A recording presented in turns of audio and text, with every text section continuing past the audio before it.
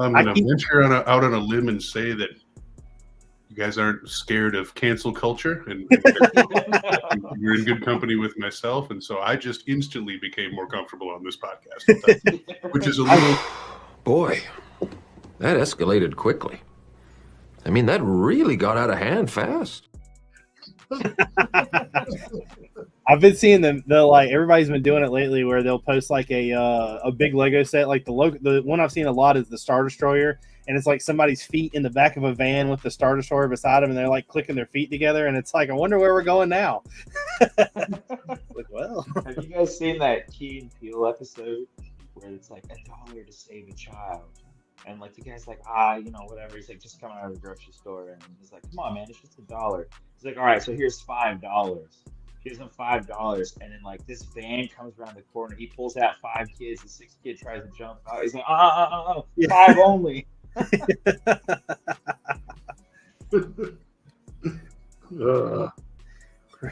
Crimson Toaster wants to know why the children drew. Is there a chat out here? Can I see it? You should be able to. Why is Drew doing ASMR? I was in the private chat. Sorry, the rest of you who don't have a choice for private chat. Dylan, is this your first time that you've used StreamYard? No, actually. So I've done multiple podcasts before. I just haven't had one that has been live. Usually they've been pre-recorded. I did one. I've done some live D&D stuff, but that's been like for the 9 friends of mine who care to be like, yeah, sure, whatever. I'm not doing anything on Thursday, and like, So, but other than that, no, this is cool though. I like it. D&D is so hard for me to like get into. Like I am a nerd when it comes to being a nerd, but for some reason D&D just like exceeds me. So, I mean, not to skew the podcast, but like just to talk a little bit about that. So, my love for D&D actually came out of improv comedy. I saw people who were doing like a modified version of D&D and being absolutely hilarious while doing it. And I did some I wouldn't call it stand up, but it was I enjoyed the occasional open mic back in college with a good buddy of mine. We got into some podcasts that were doing similar things, and so we just kind of started getting into D&D via like sitting around and having a hilarious story about murder hobos who go to find a dragon and then ultimately probably don't actually get done what they've set out to do, which takes a special kind of DM and a special kind of party. So what I will say is that like, the system itself is built off of math, obviously, and then, modifiers, picking certain spells, whatever, over my years, I have come to obtain that knowledge. But it was never like something that was relevant in me actually enjoying the game at all. Because actually, if I would say anything, I would say that math and just like the calculus of it all is either your favorite part or a major threshold. The people who really enjoy that make excellent DMs as long as they can tell a story or at least read a book. The people who don't enjoy that make really good players because they're the ones that do the creative stuff and figure things out and have funny interactions with the bartender, etc. So it is kind of a different. I know what you mean because like on its face, especially when I was younger, D&D wouldn't have even been on my radar until I saw it through a way different lens, and then I was like, oh my god, I have to do that, but we have to have the right people. I think that it gets to me because now I know that you can play with characters, but I think it gets to me because like it feels like a really cheap version of Warhammer. And I know that they're 2 totally different things, but it's like a really cheap version of Warhammer. And I've got two guys I work with, and they are addicted to Warhammer worse than any of us are like Lego to anything that we've ever thought of. And like they've just like they've told me about like when they go to tournaments, like, and I know that every D&D has it too. I know the people that just take it extremely serious, like they're very anal about the situation. Like everything has to be play by play. If anything is thrown up to like some weird thing that they don't agree with, it's just all over for them. So yeah, I think it's kind of like you can't choose your family, but you can choose your friends. It's the same thing with D&D in the sense that like you might have a lot of really good friends and people that you really enjoy, but man, don't want to play D&D with them.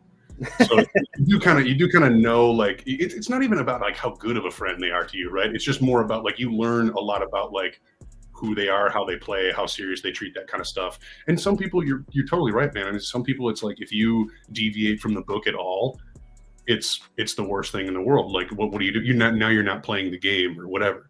But like, I've even run campaigns with, well, not full campaigns, but I've run sessions with people who like the only dice you use is just the 1d20, and it's a fun story that you play through. And when you get to a certain point and you want to do something, or whenever you want to do something, you go ahead and say, I want to do this. And I go, all right, roll your dice. And you roll your d20 and I roll a d20.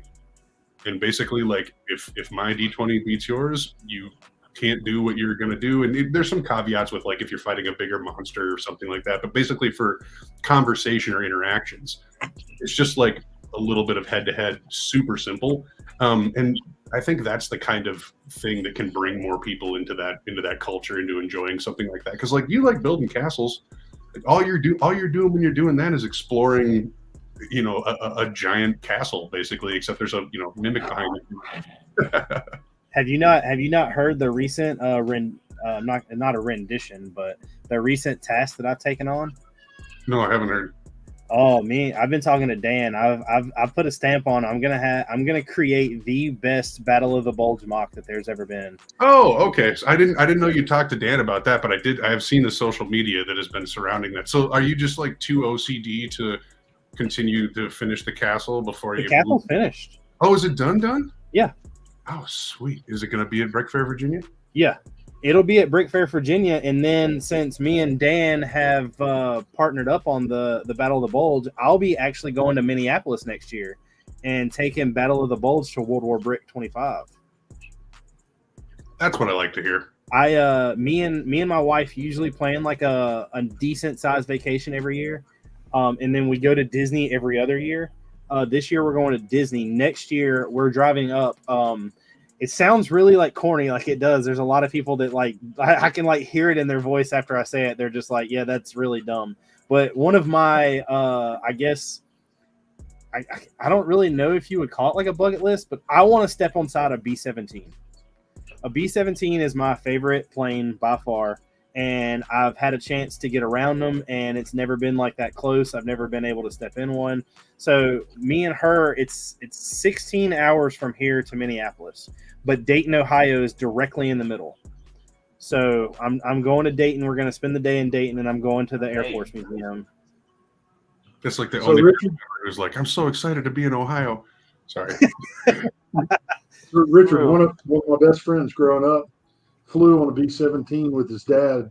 His dad passed away about 3 years ago, but he booked one of those honor flights on a B-17 right before his dad passed away. Yesterday, he flew on the B-29 that was flying out of Statesville. That's pretty cool. That's for Salisbury. I don't have that cool of friends. I had a buddy one time that I never had kids, and so that $1,500 he paid for the 2-hour flight didn't hurt him as bad as it would hurt the rest of us. I have some. I've got a buddy. I'm not going to mention his name, but I've done a lot of stuff to help him out and helped him move and a bunch of other things. And he was like, "If I could do anything for you," no, it's not Drew. He was like, "If I could do anything like to help you out, like what would it be?" And he's in the Army, and I'm like. He was like, "Is there like a gun you want to shoot?" And he laughed. And I was like, "I'd really like to shoot a 50 cal." He's like, "A sniper? Done." I was like, "No." I was like, "I want to shoot one mounted to a tank." And he was like, "Well," he was like, "I'll make you a deal." He's like, "I've got an extra uniform. If you shave your beard and act like you fit in, I might be able to make that happen." And I was like, "What? You just end up in prison the rest of your life?" Because I know that the only place I know of is in Vegas. You can pay to go to Vegas to shoot a lot of stuff, but it's like there's a place in Arden Hills here in Minnesota where you can ride around in a tank, and I think they've got an M2HB on a range that you can fire as well. I'm not sure if it's well, it would have to be, right? Because I know it's on a mount. It's like it's on a permanent mount. It's like a thing that they unhook and then hook back up when it's like a tourist attraction kind of thing. Yeah, but the one in Vegas, like the minigun you shoot, it's like I think it's like $1,500 to do it, and it shoots like. you're done in 2 seconds. Like, I mean, it's Hey, you know what? There's other things in Vegas that you do in 2 seconds for $1,500, and you're done and it's over. exactly. The joke was just there. I'm sorry, Rich. You set me up so bad. I couldn't let it hang.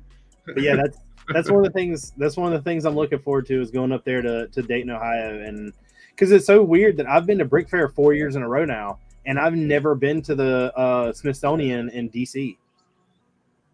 So it's like Which one? I mean, Really? the row. the Air and Space Museum. Mhm. Every year I go up there, I plan to, and then it's like I show up Wednesday, I like set up my build, and then it's like I start talking to people, and then realize it's Sunday afternoon, and I haven't done anything I said I was going to. Have you been to Daffy Hazy? No. Oh, dude, that's right around the corner from Brick Fair, Virginia. The only thing R71, they've got. I mean, like it was a couple of times I've been there. It was under renovation, but I will say that like that is like a rock's throw from the Dulles Expo Center. I would definitely recommend if you can't get anywhere else, like make sure you just give yourself 2 hours or so to get out there. Which one is that? Udafi Hazy, I believe that's how you pronounce it. I apologize if somebody can correct me in the comments if I'm wrong. But it's the Udafi Hazy. It's an airport museum / still maybe working airport, or maybe they just have a tower because they used to have a landing strip. I don't really remember it. I just remember inside, like, so that the specs for the Cantilena that Dan had worked on for a while, all that kind of stuff. Like his research that he did was actually at that center. He took a whole bunch of pictures and then matched the specs to them and stuff. And so there's been some. That has been a valuable resource in the Brickmania design team. I've been to Columbia, South Carolina twice for a Lego convention, and there's a tank museum that's literally like around the corner from the area. It's like Virginia's. I don't know. They have 2 Shermans parked out front, and both times I've tried to go. The first time they closed it down because the NCAA tournament was being played or something. And the second time I went, they had a thing on the door saying that you could go in and look at things, but there was half the museum was like under renovation or something.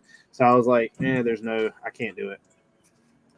So I've kind of missed out on all the opportunities. Now I've been to tons of air shows, but I just haven't seen anything like I've been in just about every modern, I guess, cargo carrier they have, but I've never been in a B-17. So C5 Galaxy, you stood in line and did the little walkthrough for one of those? I always forget the name of not the museum, but the fort down here. Gene, what's the Wings Over Wayne? Do you remember the name of that fort or what that is? Let me look it up real quick. Oh, Googling stuff, content.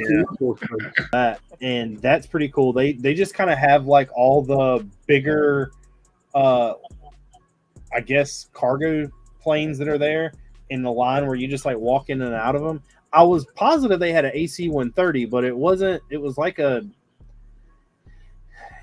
thought it was an AC-130, but if it was, of course, it was like decommissioned. Like there was just nothing whatsoever.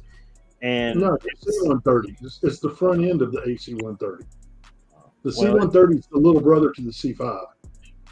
They didn't have anything other than like open planes with nothing in them. Now I seen the show I think they have like a name for it, Tora, the World War II reenactment bombing.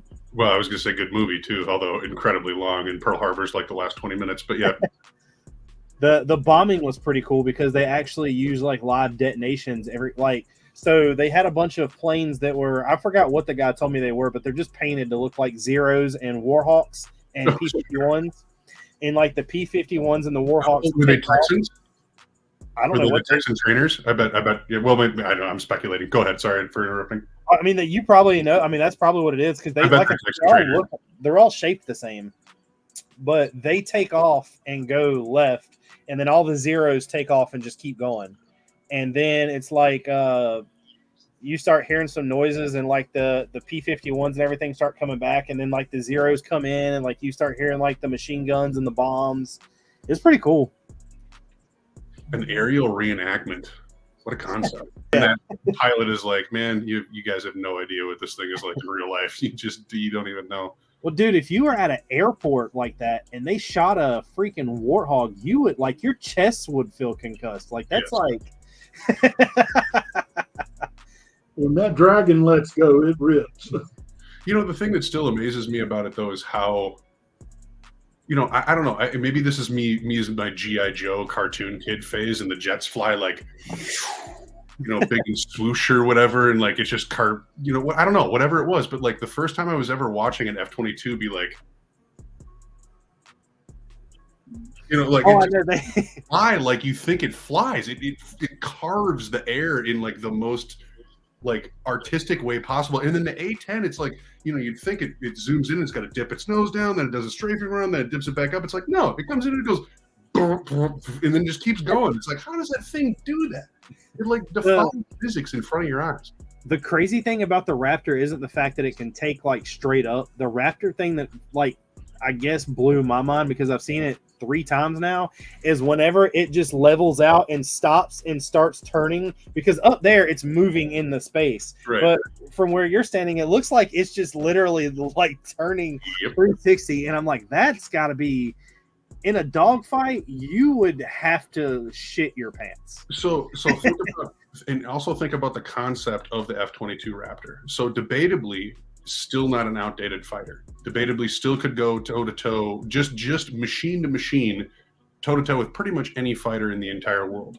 Now consider the fact that American pilots have had double-digit years of experience working with F-22s. I mean, I know we have the F-35, but other people do too. I understand there's a globalization, NATO, all that thing. But I will say that like the American fighter force that is those well-experienced F-22 pilots, who the bleep wants to fly against those guys?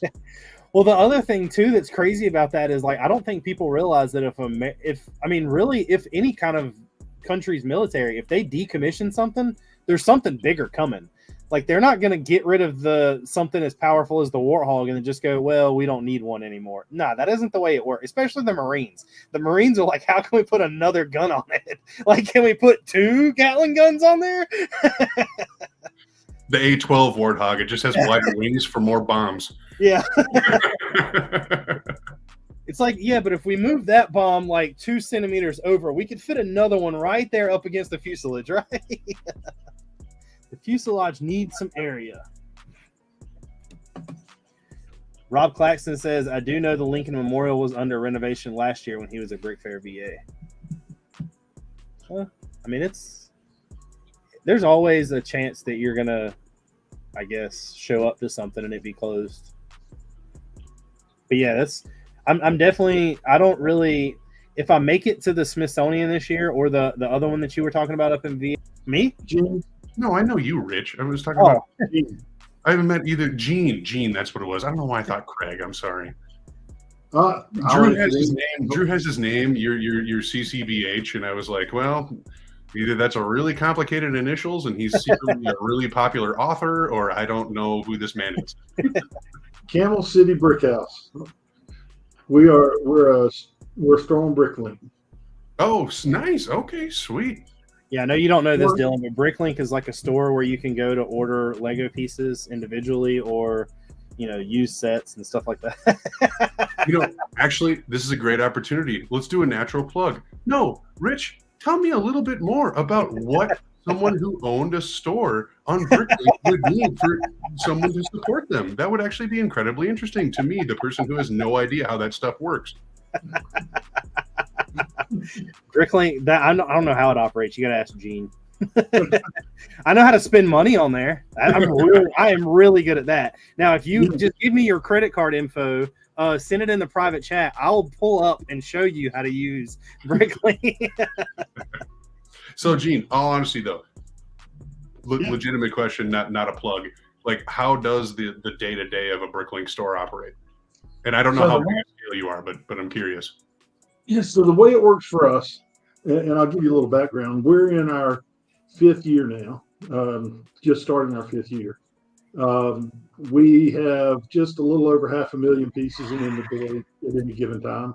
We're somewhere around 540,000 right now. We'll be probably 560,000 by the weekend. But the challenge is keeping it high, because the more we add, the more we sell. My wife is a 25-year veteran of the teaching profession. God, I thought he was going to say she's 25 years old, and I was like, a little bit better to understand that they're actually selling used parts that they've sorted versus somebody who's just kind of taking a trash bag of Lego and saying, here you go. Absolutely. So we participate in several of the Bricklink pages on Facebook, and we're constantly seeing people fussing there about the quality of something they got, or the fading on the yellowing of the whites, or the fading of the grays. There's a color that we jokingly call old blue. When the blue discolors, it turns this weird grayish tone of blue. We used to think it was cool, and we list them separately. Not anymore. They go in the trash. Me and Drew actually had two different instances. Mine was I took on a task of building every vehicle in the Bricks in the Sand too. And I ordered, there was a part, and I forgot what it was, but it was like no store had the quantity that I needed. I found one, and they were all used. I ordered them. Well, it was like every single one of them, they were like chewed or something, and blah, blah, blah. And then Drew ordered a bunch of tiles that came with like sticker residue all over them. And some had stickers on them. They had stickers on them, all of them. It's ridiculous. And they said, they're used, but they didn't label them as that sticker piece, nor did they say that they are ones with stickers on them even. So dealing with that, we have probably close to 900 pounds of bulk in our garage right now that we haven't touched. Yes, you heard that, 900 pounds of bulk. Is he Dr. Phil? Did you hear that in that last sentence? Yes, you heard that. Yeah, you heard that. I'm sorry. So it doesn't come in. It comes in the back door through the garage. It all gets sorted, gets picked through for all the non-Lego, gets all the bad Lego pulled out of it. And then the next step is we wash and sanitize every bit of it. So anything coming out of our store, Richard will tell you, our used stuff looks new. But you did just say you stole it and you bring it in through the back door. So I mean, yeah, I did. You stole 900 pounds of Lego.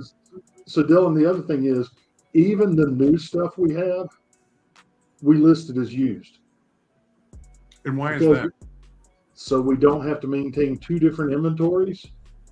The cost difference, or the income potential between a used and a new, you would have to sell 2 years at the cost difference to justify the additional storage cost. Sure, because you obviously you've got to hold inventory. Yeah. We have 4 rooms of Acro mills and Sterilite containers. I'll try to bring up some pictures and show you after a while. It's a big undertaking, and there's some others in the chat here that do the same thing, and so they know what we're talking about. But everything gets washed, everything gets sanitized. The sticker residue that Drew's talking about, we have a method that all that comes off. So we have no very seldom do we ever have a piece slide through that has any sticker residue or absolutely. There's room for error in every small business. I mean, that's one of the things that, not to cut you off, Gene, I'm sorry if you want to. Okay, I was just going to say that's one of the things that, like, I hope that at least people here, and I know Richard, you've ordered a lot from Brickmania, but like, what's Brickmania? I don't know if people understand like how much work customer service is. I don't know if they understand the amount of insane requests, quite frankly, that come through, especially in the military building. Well, I don't even want you to say it's a small business, because you can go to McDonald's isn't a small business, but they screw up things. Like, you know what I'm saying? There's always going to be. Well, so that's not an excuse. That's not a caveat. I think it's just more that, like, some people don't understand that, like, on any given day when you are talking about the packing, placing, and customer service department at Brickmania, that's 3 employees. And so when we say we'll get back to you in 48 hours, the fact that most people actually have a great rapport with that customer service experience, I mean, Gene, you can speak to it. Like that takes a ton of effort because those emails don't stop. And some people, quite frankly, when they get behind a keyboard, they speak like they're, I wouldn't even say an animal. They don't speak like you speak to anyone that you would ever see face to face. And it amazes me what some people have to go through over, let's be honest, we're all incredibly passionate about it. I'm not giving any discredit to it, but it's a toy. Yeah. It's a really fun, awesome toy that all of us enjoy to an unhealthy extent. But that's what it is at the end of the day. You know what I mean? Like, that's what it is. It's a toy. And you monetized it, Gene. Like, that's awesome. That's incredible. Rich, like, you've done an amazing job with your social media. I meant to shout that out earlier. Like, I've been incredibly impressed with how hard to the court you've been going with it all. Like, I love the trend running. I honestly truly wish I could get away with your style of social media for Brickmania. If it was at all an option for us, we would. How can't you? How can't? Okay. Did you see I was just about to say what's the I had to do it. Somebody had to do it. I had to do it. Somebody had to do it. Yeah. Let me post that on the Brickmania Facebook or Instagram wall, and let's see how that rolls over. That I think comes from a long line of y'all built up a clientele, and changing something could do something. Like going back to like the small business portion of it is like everybody's human. Even if it's a machine doing it, a human is looking at it. So if a machine can mess up, the human can mess up. And when it goes back to, I guess, like Brickmania, the animal that is created as Brickmania, why couldn't you just, I mean, I don't know. Like, I don't know what exactly you could do that would lead you in a wrong direction, I guess. So I mean, you're always gonna make somebody mad no matter what. I mean, y'all could come out with a freaking World War II Marine grunt or like rifleman, and somebody's gonna be like, well, that pocket's not in the right position on his belt. You know, like there's always gonna be something. Well, so it's a different level of clientele. I think what Brickmania is dealing with is a big part of them are people that are really serious about the military mocks, real serious about accuracy. I think there's a lot of accuracy that is expected, and with that accuracy comes a certain level of decorum. And I think your approach, your personality is cut up, have fun, let's enjoy all this. And I think both of them have a place in the market, but I think they're both the appropriate place in the market. I can't imagine Richard with the dry, accurate, just the facts, ma'am, presentation style. And I can't imagine Brickmania with some of the antics you pull in your shorts. Well, here, I got this. We'll even it out. And your short I'll videos. Just see me under the Brickmania, and I'll make the videos. Well, so one other thing that I will say too is that like there is some branding elements there. Brickmania has always had the home video feel, and that's carried over from when Dan ran it himself. But I didn't want to lose that. And so you'll notice, and people might say like, oh, Dylan doesn't know what he's doing. Like you might notice that like our reels aren't touched up. We don't have the pop-up text.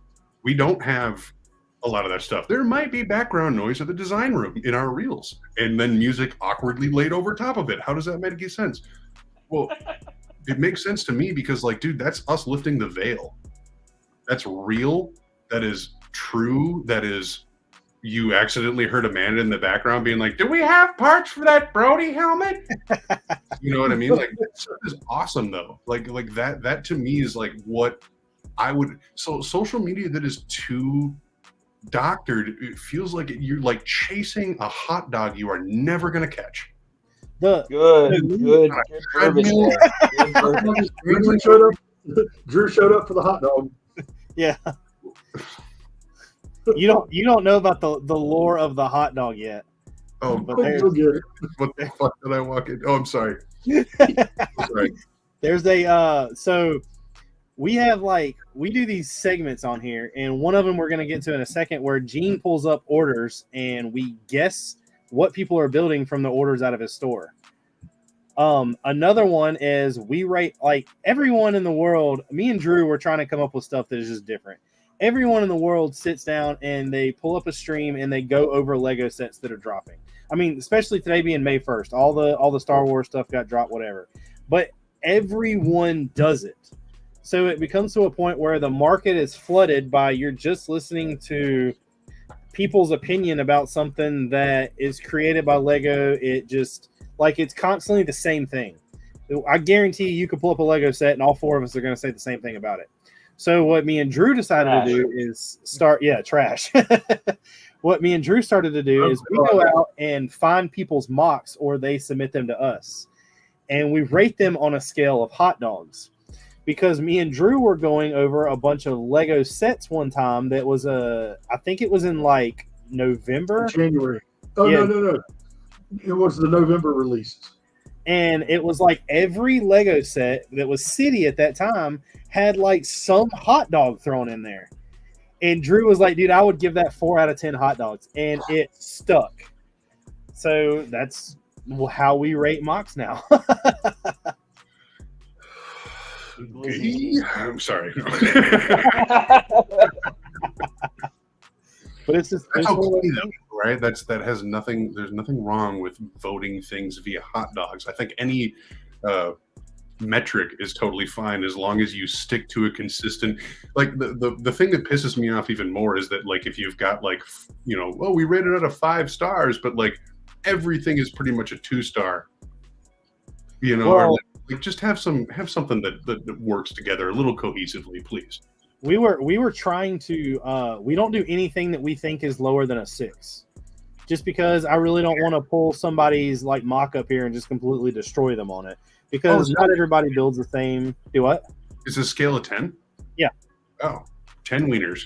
But, I mean, it automatically fails. 10, but Yeah, it automatically fails. It gets 0 right off the bat if we find out that they're and when I say they're not using real Lego, I don't care about brick arms or stuff like that, but I'm talking about blatantly using Mega Block pieces or no name Lego pieces.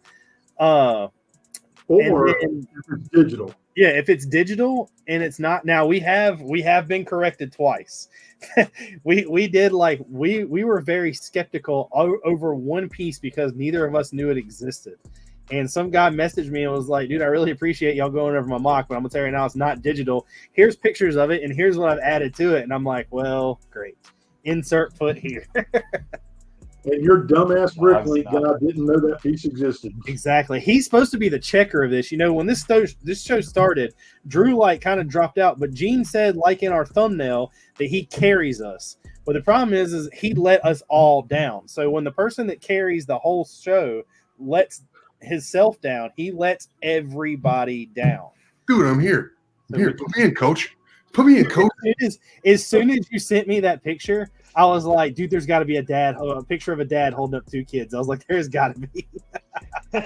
Actually, that was my favorite part of that whole situation. It was excellent. Because when I asked Dan was on here about a month ago. Dan sent me the picture of him holding the 50 it might have been a 50 cal. The big gun. And I was like, how can we just take a picture and have us all holding it? And I ended up not using that one. YouTube doesn't like guns. You guys got to get Slam on here for sure. Tell him to come on. Already did. Next week, our guest is Lando. Oh shit! Brickwork. Sorry. It doesn't matter. It really doesn't. Okay, cool. As long as it's not consistent. I don't want to send anybody away. So that's as long awesome. As it's not consistent. Brickwork is awesome. You want to talk about a true little startup and a guy just pursuing his passion and his craft. Landon is he's one of my personal friends. That none of that changed through anything that I went through with Brickmania, which I'm sure you guys are familiar with, through anything that he went through with Brickmania. None of that stuff has migrated. And I think it was really cool in the fact that, you know, him and Dan are practically neighbors, and so Brick Warp is literally super localized, and you know, kind of like having an artist go off on their own to support that kind of passion. That was pretty cool to see them be able to come to at least some terms to where they gave him some exposure. Now, I'll be honest, like Brick Warp is not like a big seller on the website for Brickmania necessarily. Maybe it's under promoted. But at the same time, it was nice to see that collaboration, because that was something that was implemented while I was gone, and so I came back to kind of that realization. And you know, I'd chatted with Lando, and like I said, he's a good buddy of mine. And so to watch that come together, and then to see him kind of like pursue over into the minifigure side of things, and like it is, you know, if you talk about handcrafted, Brick Warp's got some real hands-on right now.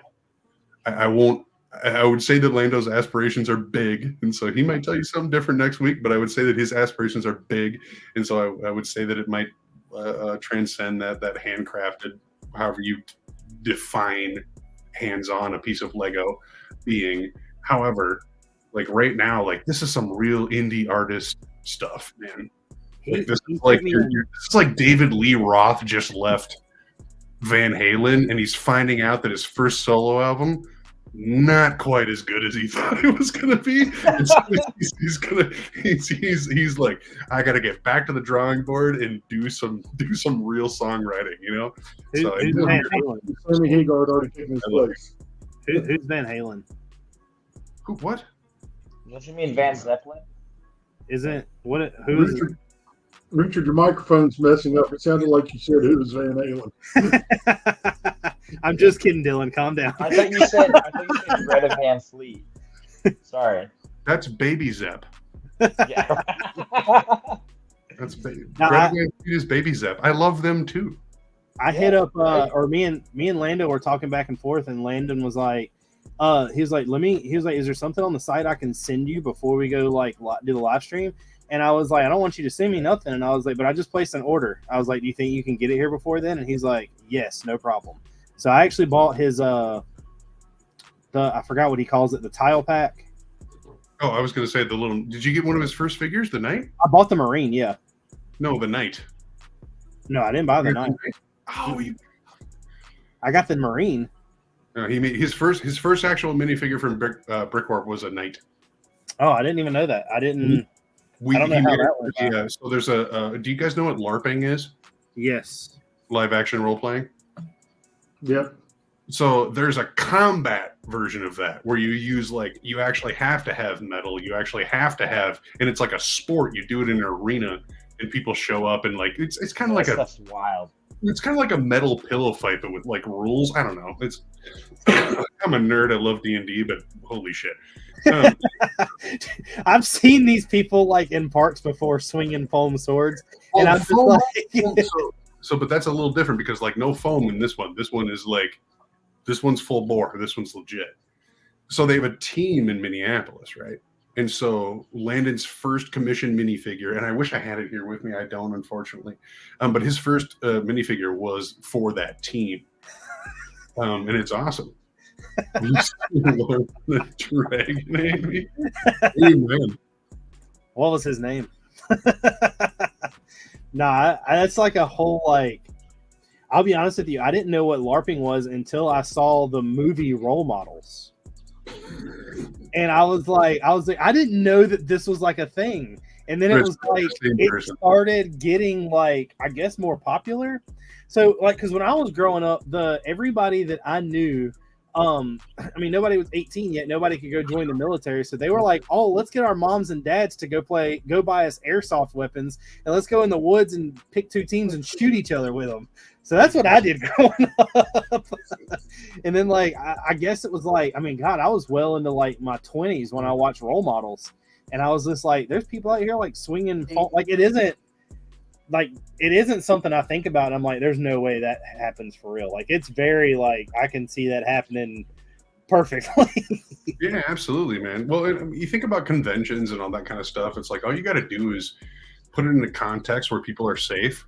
And then like people's imaginations can run wild.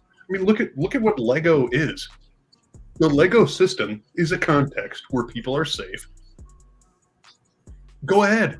No Do one's whatever safe. you want. No one is safe. Wait till we start rating mocks. It gets pretty violent. Well, I was. Was it really? No. Like I said, we try to be really like courteous to people. We don't want to we don't want to tear Richard, apart. I'm gonna derail a little. I told Dylan I would find the pictures of the store to kind of show him what it's like. We don't take a lot of people behind the curtain. If there's people that want to buy locally, we meet them somewhere else because we don't want them in the store, to be honest. And if they come, we You just don't know who you're dealing with sometimes. pat them But down. we're gonna take you behind the curtain for just a second. We pat Richard down. Yeah, every time Richard comes, we have to pat him down. By the way, They only live they live less than 2 miles from me, so it's actually really Yeah. inconvenient for my wallet. Andrew Casting asked Convenient for your delivery person. Mocks. all right. So Basically, there's the just store. send them to Rich and I on Instagram, and that way they'll be in the next upcoming episode. Yeah, Andrew, do you have an Do I still Instagram? sound really quiet. You like come in and out. But Andrew, if you have an Instagram, just hit me or Drew up. All right, so Dylan, what you're seeing here, this whole right-hand side down here, that's all used minifigure pieces. Red torsos, blue torsos, gray torsos, heads, legs. None of that is listed in inventory, and there's probably 100,000 pieces in there. It's killing Richard. Every time Richard comes over, he wants to dig through that. But we enjoy trying to put the minifigures back together the way they originally were. So when we get bulk, we pile it over there until we have a Saturday that we're not swamped, and we sit around rebuilding the minifigures. This left side, the back half of that is nothing but minifigure utensils, weapons, accessories. The back half of that whole wall, that's all it is. I.e., this is the room I hit. Yeah. Well, so I guess I have so many questions. Pull an order. When you guys do a pull and order, like you have a pretty good. Yeah, we'll get there. It's way different from what most Bricklink stores are doing. So this is actually, we'll go ahead and hit that. This is called the D wall, and we'll get to what the D means in a minute. By the way, he keeps his wife locked in his basement like 20 to 22 hours of the day. Oh, no. I can recognize the tone in this situation. I already know who runs this relationship because I'm in the same exact one. They can't see because You got we're sharing. All right. So this is our big claim to fame for dealing with the washing and sanitizing. The biggest problem that any Bricklink store has that tries to do that is drying. Lego has lots of nooks and crannies, and it is hard to get the water out of it. What you're seeing right now is our drying rack, but it has sorting trays on it. Those trays come out, and we've got other trays that go in that have a screen mesh bottom. Big fan at the end, pulls air through it. We can dry 100 pounds of Legos in about 6 hours. Wait, though, you just said Legos. Okay. Lego. Fail. Fail. Hold up. Wait a minute. Something ain't right. What you want me to do? Yeah, I baited you. So this is the sort process going on right here. This is the last stage of sorting. What you see back there doesn't exist anymore. That's all been torn apart and parted out. Effective last night, we finished it.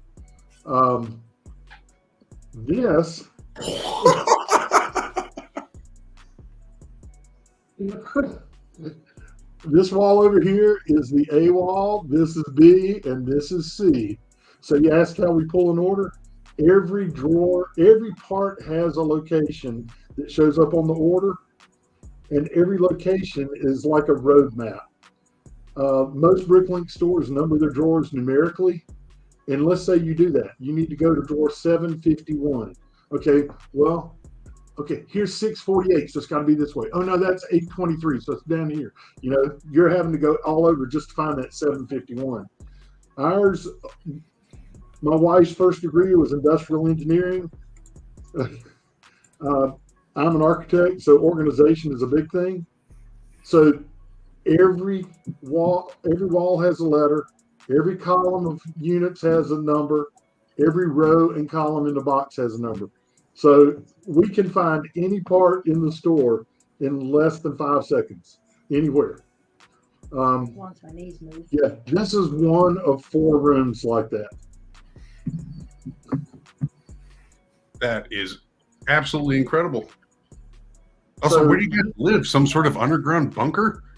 What is going on here? It's in our basement. Fallout. That's what I'm saying, brother. Holy shit! It's- Wow.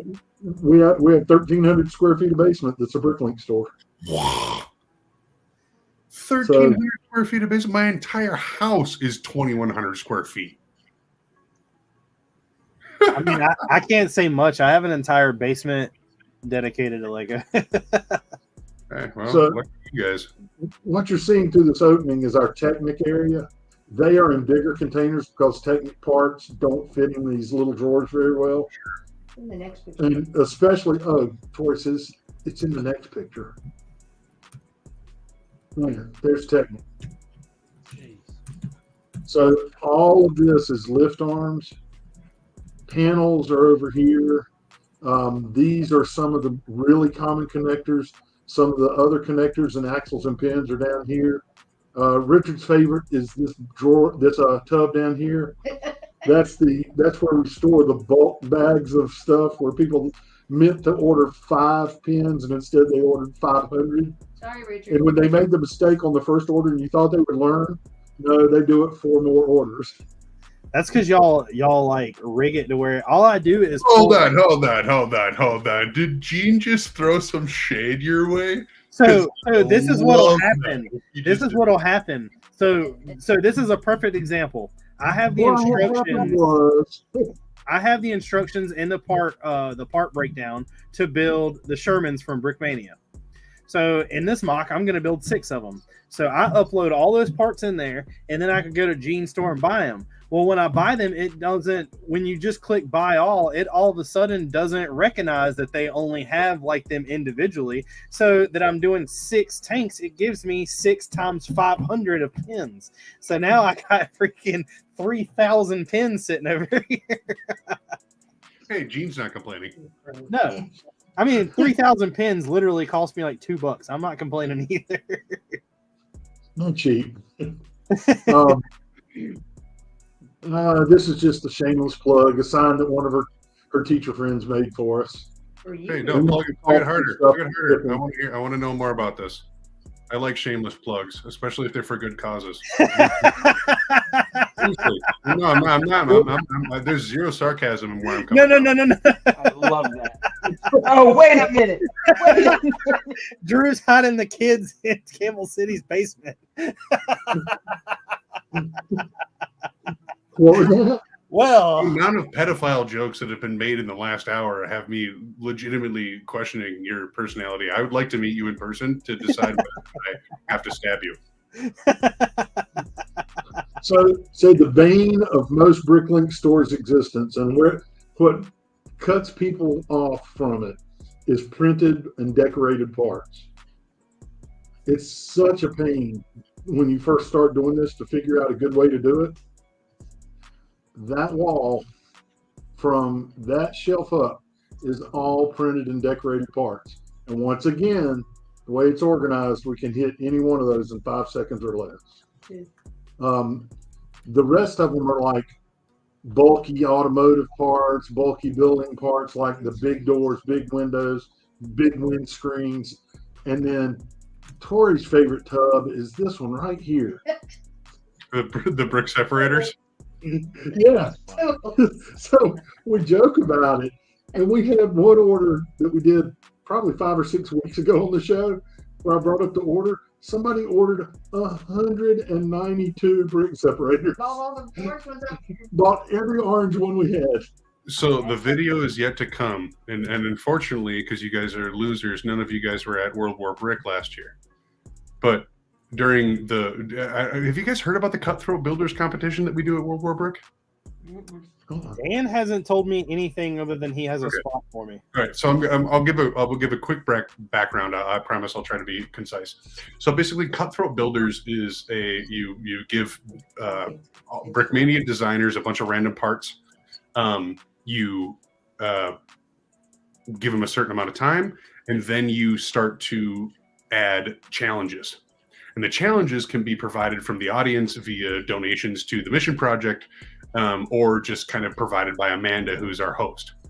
And so she will literally like blindfold somebody, or somebody will pay enough money for Dan to be blindfolded, or so last year George had to have a spoon in one hand. And so he could only build with a spoon. You know what I mean? Like there's a whole bunch of fun things that you can like do to affect your builders. And the amazing thing is that like, no hit to Lego builders, but like Brickmania designers are very greebly. They think in very much detailed forms, and so like throwing loops to these guys, incredibly hilarious. It's so funny to watch them like kind of squirm because they're like, oh, what do you mean I only can use these big bricks, or I only can whatever. So one of the fun parts about the last year is that Dan got a pair of drunk goggles. Oh God! And so he had to wear these like goggles that distorted his vision. He's already, I mean, not the youngest guy in the world, and so like couldn't see anything. And so what did he do? He built a little spider mech out of brick separators, and then like tried to build a little thing to put on top of it. And his entire first build was just like, these parts are huge. I can see how they connect. We go with this. Awesome. So for the longest time, I've stamped that there's no, if it doesn't, I will still stand my ground. If you think there is someone that can buy the same Lego set as me and build it faster, like us go head to head at that time, I'll challenge them. I'll win. But that is hilarious, and I think that would be a really funny like thing to throw, because I want to do it live. I want to build like on here versus somebody live, and that would be hilarious. Like anybody that donates money, no matter what the increment is, can choose like I guess like some type of I mean, I guess it would have to be something that would be easily obtained. Like I don't have drunk goggles. I have spoons. Well, that is part of the reason why it's like kind of an event at World War Brick. You know what I mean? It's a Friday night event, so it's only for weekend pass holders. It's like the crew. You know what I mean? It's not like a thing. It's not a showcase necessarily that we don't prostitute the Brickmania designers to the general public. This is like a kind of like an intimate thing we use to raise a little bit of money and like have a good laugh at like watching these guys actually like their minds just try to build stuff. So like even last year, so George Go Boom on Instagram, I'll shout him out. George Hicks won last year's builder competition. I don't think he'd even admit through the skill of his own builds. It just but he's an excellent builder, and he worked his way through. But like it's amazing to think about like so. One of the very funny things that happened last year was like there was an end time constraint, and they just stopped the build, like right there. Like you have to be done. Andreas, bless his heart, Andreas Egan, if you're listening, I hope you're at least going to listen at some point. He was trying to build a Mario set, like a Mario levels, and all it looked like was like a couple of brown bricks and some green plates, and like he had nothing really actually finished with it. And so, of course, when it came to his time to be judged, everyone was like, "What's that?" And he was like, "It was supposed to be so much better." And they were like, "You voted off the island." But it was like those moments where it's like, all right, well, that changes the dynamic between like, can you build in a competition and can you build, just. Yeah. Well, it's definitely like people don't think like when people say like I have proof. There's 4 videos on my channel where I went up against people and nobody's even came close to me. Like my buddy Mark tried it. We built the same set, or the same Star Wars vehicle. Mine was a newer rendition than his. I had 400 more pieces, and I was done within like 20 minutes of him being done. Shove back on. So like it's like I have proof, like it isn't just something that I'm saying, but like I definitely see how funny it is to know that like, okay, well, even though like I'm beating you, but now I've got to build with a spoon in one hand. Like, yeah, yeah, it's fun. Well, and so like, in your situation, like it would be awesome. So you're a little too smart for it, but so somebody who could build fast but was a little bit ignorant to how the competition worked. It would be amazing to see them like start building something crazy, but then like the entire audience will turn against you. Like, well, so like paying money to literally see, because that's exactly what happened to Dan. As soon as Dan got in the competition, everyone was like, "How much money can I pay to make Dan's system have to build more difficultly than he can actually build?" Like, holy crap, this is what I want to do. And so like he became the initial target, and then everyone eventually realized they're like, "Wow, we're really stacking the deck against this guy. Like, let's try to figure out some other things." And then, of course, being Americans, we targeted the Europeans. There you go. And then Almost George better at tea. sneaking through until he had to like balance a cup on his head and scoop with one hand at the same time, because everyone was like, whoa, Kansas, we can't let this guy just like walk away with the championship. Like, let's at least make him try. And so it was this wonderful dynamic of like everyone focused on Dan, and then everyone realized they were like, oh boy, we're pretty much like handicapping Dan to building with his teeth at this point. Let's move on over to the young boys. And then like George just kind of sat in the middle until everyone was like, wait a freaking second. This guy, this cowboy, he think he's going to run away with our title? Not going to happen. But then he's sitting there, he's scooping with one hand, he's building some stuff, and he's like, I already got too far along. Like, I know I'm going to be able to do this. And sure enough, he pulled it off. It was awesome. That would be a really funny idea. So the hindrance that I had was every time I've done it, there's been a ref. Yeah, and the ref can do certain things. Like, for instance, if we skip a step, like let's say I'm building and I flip a page and you go to the next bag, because like the Legos are numbered out, and I have like a 1x6 here. He did it. Did anyone call it? Anyone call it? Yeah. You just said Legos. He said it. Thank you, Gene. Thank you. Play the GIF. But if I skip What up? Wait a minute.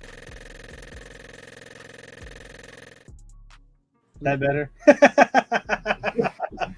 But the way that we've always done it is like if I get to the end of the bag and there's a Lego piece that's other than a 1x1 that's obviously not supposed to be left over, it's a 1 minute penalty. So now I have to sit there for 1 minute while you continue to build on.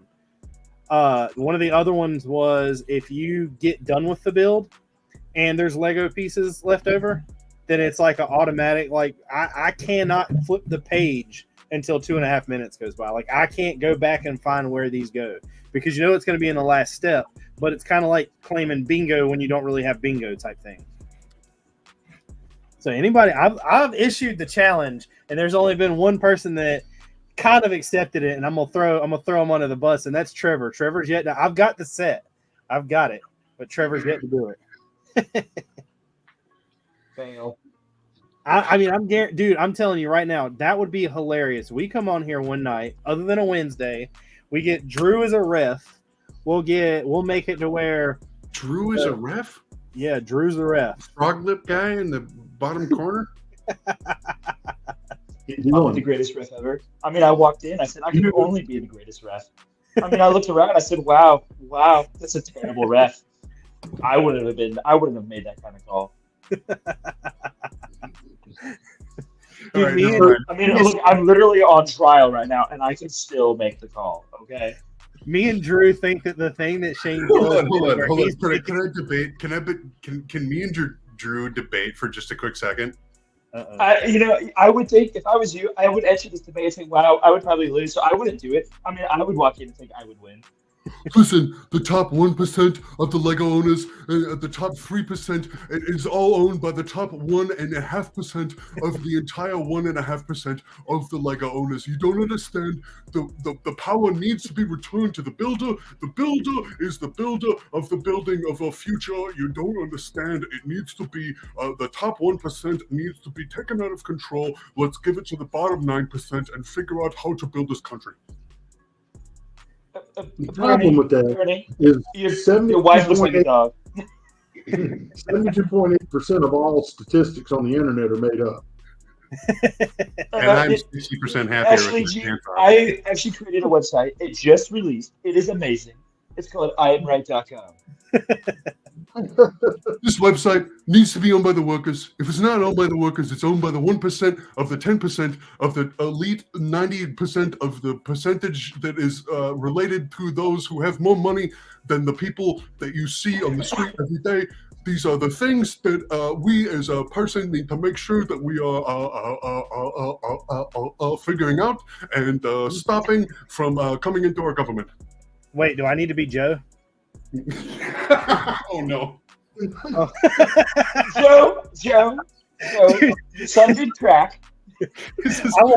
I will tell you right now that the funniest meme I think I've ever seen, we need to make it a video, but is where Joe leaves the podium and he begins to walk and he's like, sir, we could get ice cream after this, just turn left. And he's like, Joe starts to turn right. He's like, Joe, left. And he's like, keep turning right. He's like, Joe, to the left. He's like, to the left. And he like stops to talk. He's like, yes. He's like, all you gotta do is walk down the steps. And he like stops to turn around.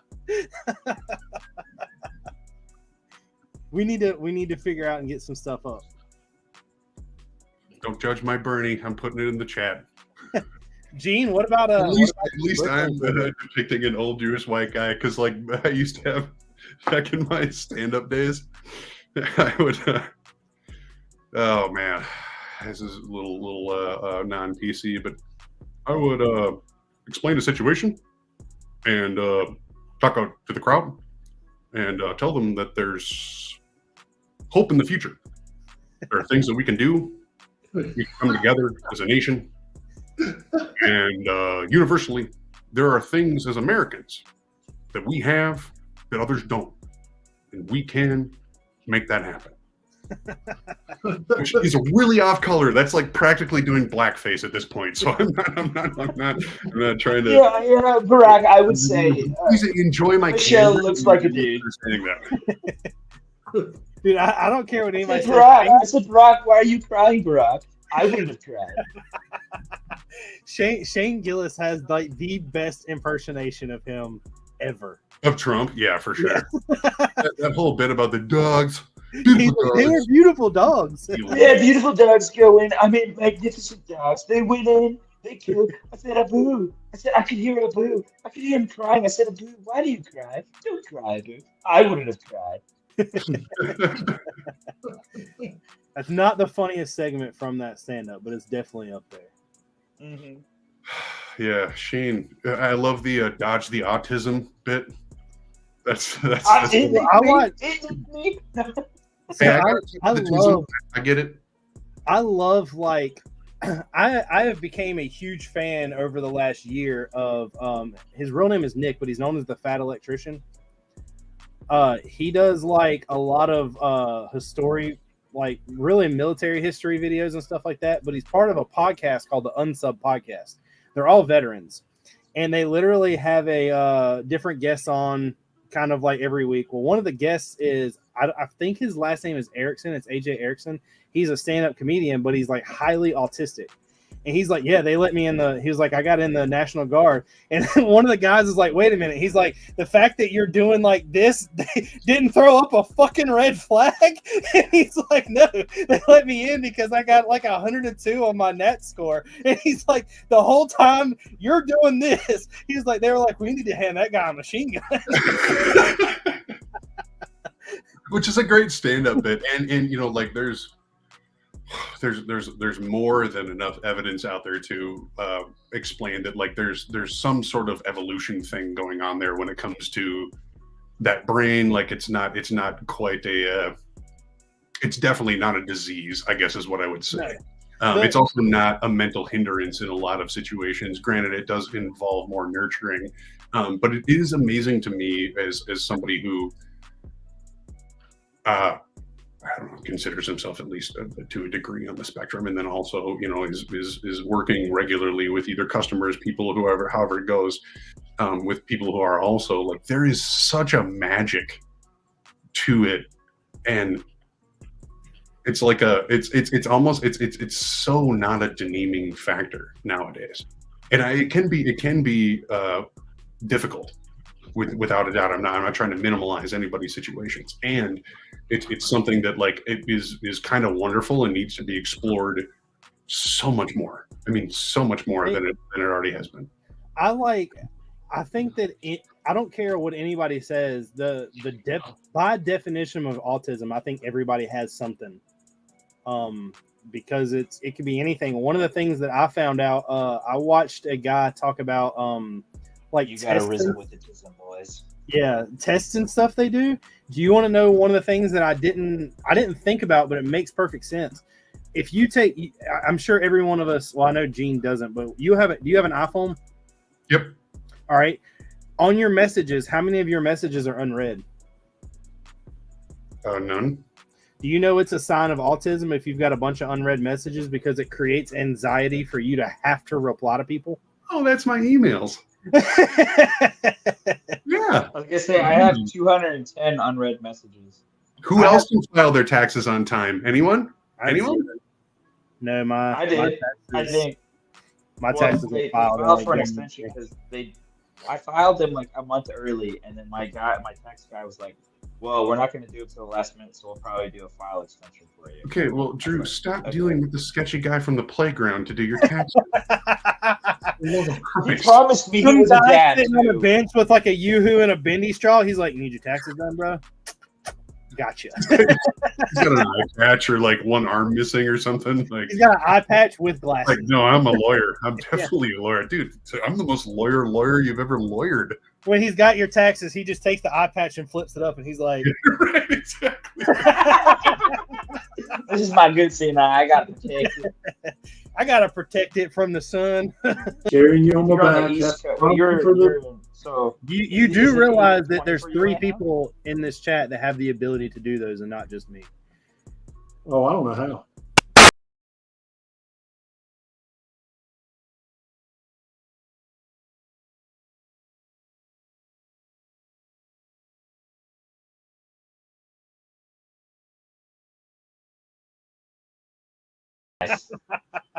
Nice. Got him. There's a goal to see how many times tonight we can cut Gene off. Did you like all those orders? I mean, they were cool. I'm really glad. Now let's just get on to the mock showing, because Well, we only have like about another hour and 15 minutes, hour and 12 minutes. From a real perspective, like super cool to see the behind the scenes of a Bricklink store. So thanks for showing that off to us. That was really cool. Oh, it's fun. So a lot of people, while he's pulling this up, I'll tell the story. I don't even know how many years ago I had a chance to be on Lego Masters. Like they hit me up and they're like, "We want you to come on for season 2." And I was kind of like skeptical about it. Didn't really trust it. I knew Boone somewhat, and I messaged him and I was like, "Hey, is this legit?" Boone was like, "Yes, you need to, if you want to go on the show, you need to do whatever they say." So this girl, like, I did this interview, did all this other stuff. And she was like, "Well, you need to build mocks. Like, we want to see something that you haven't built before and build it." And I really didn't have the pieces. So I got on Bricklink and I was like, "Man, there's a store called like Camel City that can't be too far from here because the city is nicknamed Camel City." So I messaged him and was like, "Hey, what will it take for me to come to your store?" And he's like, "I am not letting you come to my store." He was like, "If you want to purchase something, I can like hand deliver it." So I bought a bunch of stuff. When he hand delivered it, I explained to him the story. And now, 4 years later, I mean, we go out to eat like once every other week. Oh man, that's so freaking cool. Yeah, so it's become a great relationship, but it's been fun. All right, so I'm gonna get into this. This one we're showing because it's Richard and Drew's favorite thing in the world. BBC. I don't know anything about Bionicle, so they pick on me. Yeah, so we pick on him. But yeah, a bunch of Bionicle teeth and Bionicle leg pieces. But here on this side, So you can see what we're talking about the bulk sets. Those are the bulk pieces that Richard likes to buy. That you tricked me into buying. Bulky boys. I love olive green. Sand Olive green. green, sand green, and bright light orange kind of Yes, stood out to me. Those three colors. I don't know what in the world that is. Yeah, it's kind of Somebody's building Vandapar. Is that hot dogs in the top right bin in the bottom? Oh no, it's the T-bars. Man, for a second there I thought it was pneumatic teas. Yeah, I thought it was hot dogs. I think it's probably some kind of landscape stuff. I don't know. Those weird rounded pieces, the 3x3 plates with rounded edges or whatever it's called. Oh, the 2x3s right here? Yeah, those are very weird. I just had to order a bunch of those to do the tanks with, but I know that the tanks are used for hatches. Next. So this one was just a bunch of mud guards, a bunch of Technic discs, and then, what else have you got? That looks like they're building support to hold up some type of roof. That could be. You got the supports, you got some slopes, you got some panels. That's my guess. That's a lot of mud guards for vehicles. Yeah, they've got to be using them for something else. Maybe arches over windows or something. That could be. That's what I would have used them for if I bought them. So, Dylan, a lot of dark tan, a lot of plant pieces. Ignore the Technic pins. Why didn't they just buy the Technic pins by 500? They would have been all right. Yeah, there's a lot of earth tones in this one, so I'm thinking. Oh, I do want to tell you, by the way, Gene, you did let me down. Oh. I had to order those 36 tooth gears or whatever they are from another store because you didn't have any. Fail. Fail. Gene. No, actually, I wouldn't. That's a fifth floor problem. Not in my house. Not today. Epic fail on Gene's part. Well, there's two ways of looking at it. I like to look at it through Tori's rainbows and butterfly glasses. It's not a fail; it's a success. We sold them all. Ultimately, that's what we're here for. I've got Legion coming over here sometime in the next 3 weekends. I guess not next weekend. I'll be at the beach, but the weekend after that, I've got 12 tanks to build. Oh wow! So Dylan, what you thinking? That looks kind of like landscape stuff to me. All the dark tans, all the flowers, big plates. One of the most impressive things I've seen increase, especially on like people's just wants for individual bricks, and to be fair, your next week's guest has capitalized this on a little bit too, but like the greebles to add your own landscape, to extend your village, to create a field, a park, any kind of that stuff for your minifigures to live in, especially with the added ability to kind of like pick and choose what you want off of Pick a Brick when it comes to minifigure part wise. There's a huge demand out there now for unique stylings of landscape, especially when it comes to kind of like foliage and anything like that is like in such high demand. And so, if you're showcasing that for your store, I'd say that you're tracking the market very well, my man. Yeah. As you're going to see later on, I'm sure our every week submitter submitted this week. We got one guy. Oh yes, but Dylan doesn't know about that, so don't say nothing. I was just going to talk about the trees. It's not. No, he actually didn't submit a. You told us what we did this week. Yeah. He submitted a vehicle. Okay. I'll tell you about that when we get to it, Dylan. I have vehicles. Not as cool as this. Once again, Bionicle. We have a huge Bionicle selection. Hey, wait, what is that? That's a little bird. I'll raise you one. Yeah, but you built yours with your own parts. This is the kit. I got the box, I got it signed, and I got the original yellow Delta Force. I have the entire Bricks in the Sand book build in front of me. Well, then we can show off our little birds together. So the bad egg, being a big Black Hawk Down fan. And that's a Duplo window thing, the yellow one is. Duplo window. Hold on. He was trying to You're talk. good, Gene. You're good. You're good.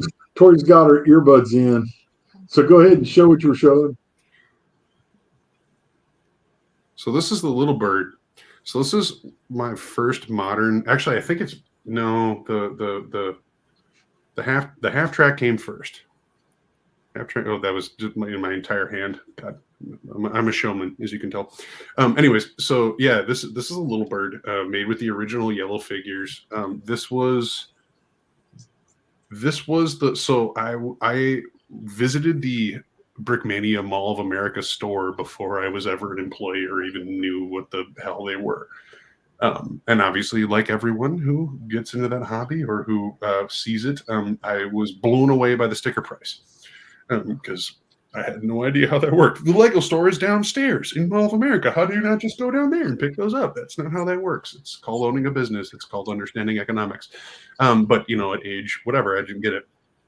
And still I was like, oh my God, this is what I wanted to build my whole life. Like I love castles. I love medieval warfare, but like as soon as they moved into other types of stuff, quite frankly, like I was kind of like, oh, it's cool. It's fun to look at. And like with the rise of YouTube, I can kind of understand how other people like watching things that other people have, but it still doesn't resonate with me. It's weird. It's extremely strange. It's just not something that I can't relate to it. I don't judge anybody who does because clearly 4 million people or however many of these people subscribe to for these insane accounts do. And no hate to any of the true Lego influencers, Amasaurus, Jiggle Bricks, whatever you call it.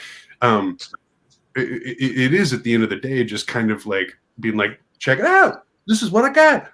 The number one request I get is to do a like here lately it's been, is there a way I can do a video to show all of the Brickmania kits I have? Yeah. And I'm like, to me that's cool to some extent, but at some extent it just feels like I'm trying to flex on people. So oh boy, and that's a really good point because like I will say that like so I'm you guys know this, like I work for marketing for Brickmania. Obviously, like flexing in the natural market, like that's, you can't buy that kind of publicity. It's awesome. We'd love to do that. We do it to a degree. I mean, you guys probably saw it with Shy. Like I told him, I was like, dude, we will send you one of these post-apocalyptic Rangers right off the bat if you freaking hype it up for California. Because like we need somebody with your kind of traction, but it's also very specific. Like Shy is a veteran and a Lego influencer. So me and Shy had this talk actually a while back. So I, in a weird way, I don't depend on YouTube to make bills paid at all. If I did, I would be homeless by now. But Shy's videos are a different style than mine. And the one thing that we were talking about is like I could post a castle video, and within the first week of the castle video being out, it's 1,000 views. Mm-hmm. Well, I posted this Battle of the Bulge and it hit like 340 and stopped. And one of the reasons behind that is because there's such a low, like the following for castle is a lot more following for the World War II stuff or like even military stuff, which I don't believe that's the case at all. I believe it's a lot of exposure. I don't think I have the exposure a lot of people do. But like, it's very weird to know that like Drew was doing Minecraft for a while, and he was doing Minecraft. It got a lot of traffic because like Minecraft is extremely popular. We got like 20K views on one. Twitch? No, on YouTube. On YouTube? Okay. Yeah, it got like some 20. No, he built a Minecraft mock. He wasn't playing Minecraft. Oh, okay. I'm sorry. I thought you were saying he was streaming Minecraft. No, and it's just one of those things that like at the end of the day, like I feel like me doing a lot of the stuff I do is really just a flex, but I don't need it to be. Like, how many videos have I done now where I'm like, how many shorts have I done where I'm like, oh, I've got another Brickmania order?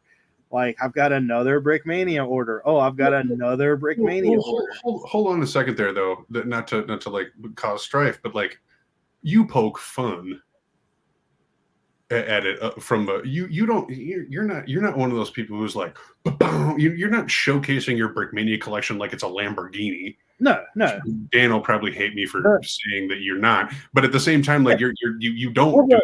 You do it more so. You do it like you did with the reel where you were like, I had to, you know what I mean? I didn't have a choice. Somebody had to, you know, like that. That's the funny side of it. And like, I get it, dude, because like I freaking work for him, and like I have my own discount, and I still can't afford fucking anything they make.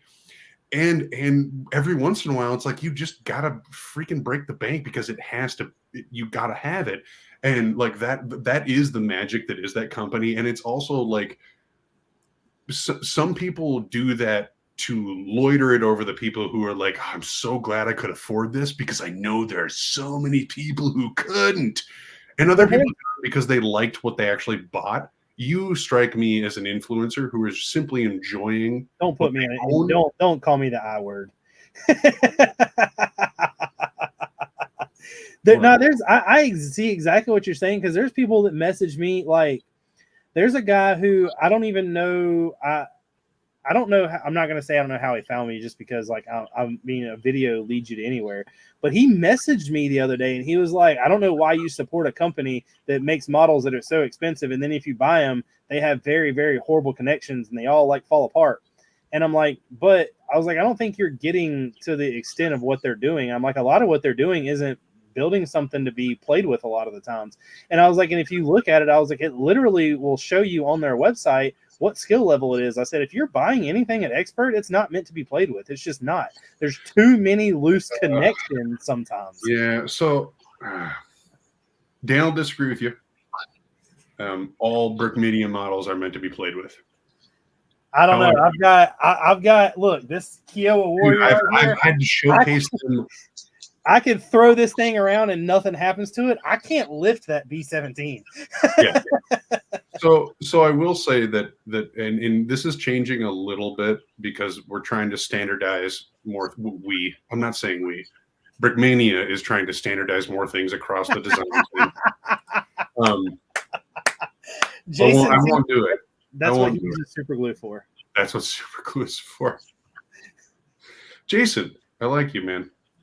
Jason's a huge Navy plane builder. Oh yeah. Navy planes are literally my favorite, especially the carrier aircraft from World War II. Sorry, you distracted me. Anyways, so the one thing I would say is that like I think that he expects a brand cohesiveness across all of his models, right? And like you have to understand the situation that he's in. He is, God knows how old. I consider him ancient, but like I'm 31, so whatever. But wait, like I'm older than you? Holy crap! You thought I was older than you? Yes. What? You said you're 31? You guys know that Gene's older than all of us? Well, Gene's older than all of us combined. Gene starred in the first Ghostbusters. Gene was actually there Gene was actually part of the people that were there during the Civil War. He was filling up the canteens. Gene is like, why do I come on this podcast? Carry them on my shoulders. Gene, for what it's worth, I've enjoyed your presence more than Drew's tonight. For what it's worth, though. Remember that statement. That's what it's got to be. It's got to be. Drew, I'm sorry. You just seem to be the butt of the joke, and Richard invited me to be here, so I can't make fun of him. So I don't really know where else to take my aggression out on. That's what they do. We make fun of him. Yeah, it's like Gene waits for me to screw I walked in and I said, wow, Drew looks like the greatest butt ever. Drew's butt is just magnificent. I mean, I said, wow. I mean, I wish I had a butt like that. Drew's butt, just amazing. I will say that the custom side of things, so getting into Bricklink, and Gene, you can relate to this, I'm sure, and obviously Richie too. And Drew, do you do mocks other than your Minecraft one? Yeah. Are you working on anything? He's doing one right now. Yeah, I'm working on like a big Skyrim build. Oh, forget what I Well, was saying. Tell Skyrim me everything. influenced. Skyrim influenced more like. That's fine. They don't make Skyrim minifigs, so I expect that. It's like Yeah. me. I do D&D building. Tell me more. I mean, Tell me more. Tell me more. what's the? I Hate can't yourself. remember what the name of. There's a castle that's on the bayside that has the bridge that goes Lion over Knights. to the rock. There you go. No, not the set, but the city in Skyrim. I can't remember what castle city that The is. Lion Knights are one of the High Hogarth? I think so. That's what it's kind of inspired by, but a little more run down. And then I'm kind of just I'm taking Skyrim ideas and making it my own. So like I might have a tribute to like the Giants camp. There'll be a big castle. There'll be people getting robbed. The whole 9 yards, you know. So I'll sell you a Skyrim mock. You can just take down the Black Falcon logos I have everywhere. there you go. And then like there was time I was gonna build Kashyyyk. Well, I was building Kashyyyk, and then I had to go away to college. But I had the tree at like 3 or 4 feet tall already, and so but I've been moving around the whole United States, going to school and stuff like that. So I finally just settled down and can finally get to a place where I actually have a Lego room again. So mocks are happening more now. We just got asked by somebody who submitted a couple mocks if we've rated them yet. We might need to like jump into that. You want to finish up the pictures real quick? Yeah, let me throw that back up there. Well, you have to throw it back up there, don't you? Yeah, hold on.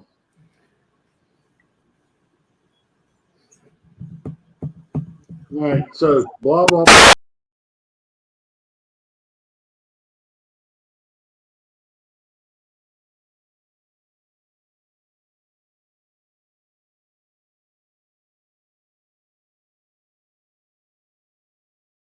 Happen.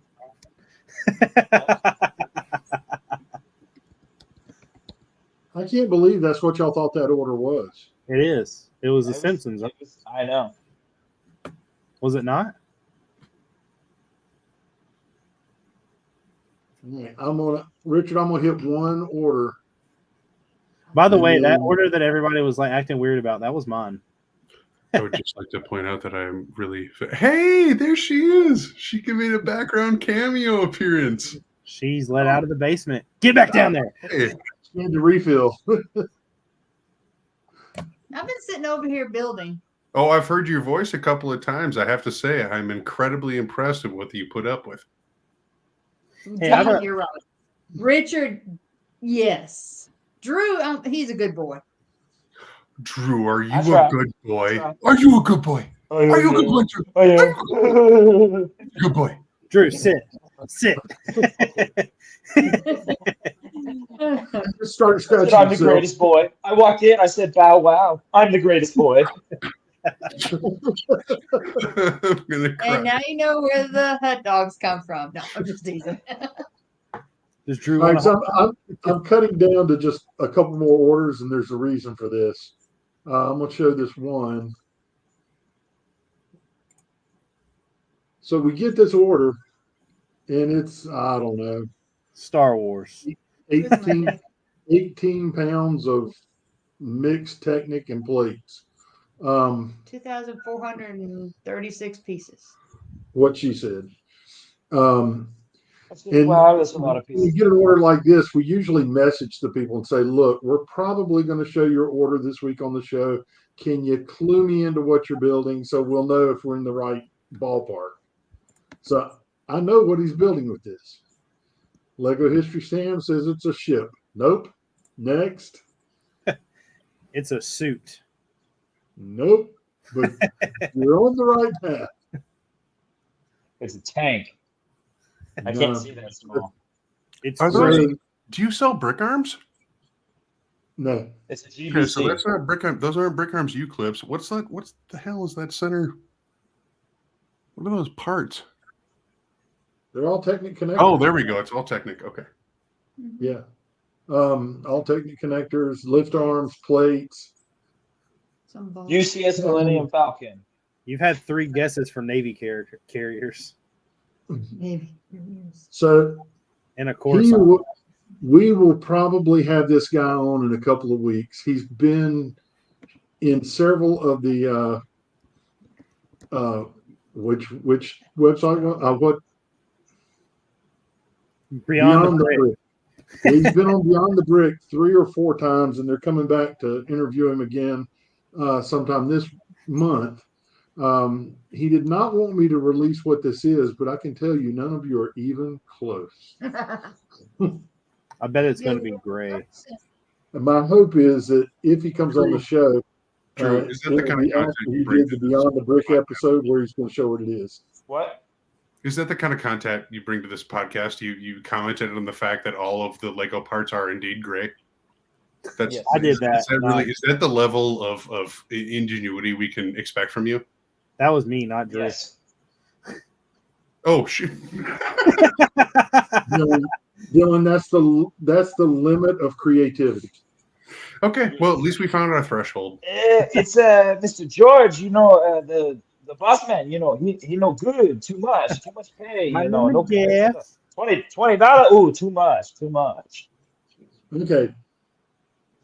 The only reason this thing's here is to show you that we do carry stickers, and they are a royal pain. So we don't mind selling them, but to protect that thing, it takes 2 layers of cardboard in the shipping thing to keep it from getting all bent up, mangled, and having people whine and fuss. So what is the process that comes behind you parting out a set, but also having keep stickers pristine? Because I would imagine that there are a lot of people who buy parts from sets that they don't even care about the stickers for, but then you might have people circle around interested in the stickers. So do you just keep an inventory like dry and sealed up, or like how do you manage your backlog of stickers?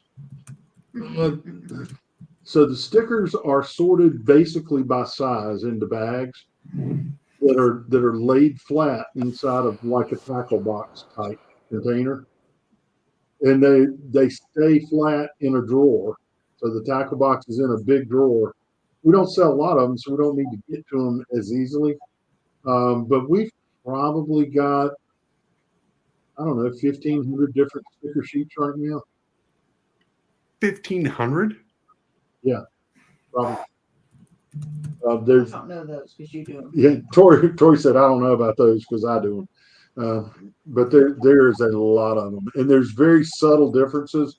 Like this grid pattern, there's 2 different versions of some of these stickers where the Sure. grid Yeah. pattern has the black line across the bottom of every line, and some of them it has a black line across the bottom of this one and a black line across the top of that one. So you got to be really careful.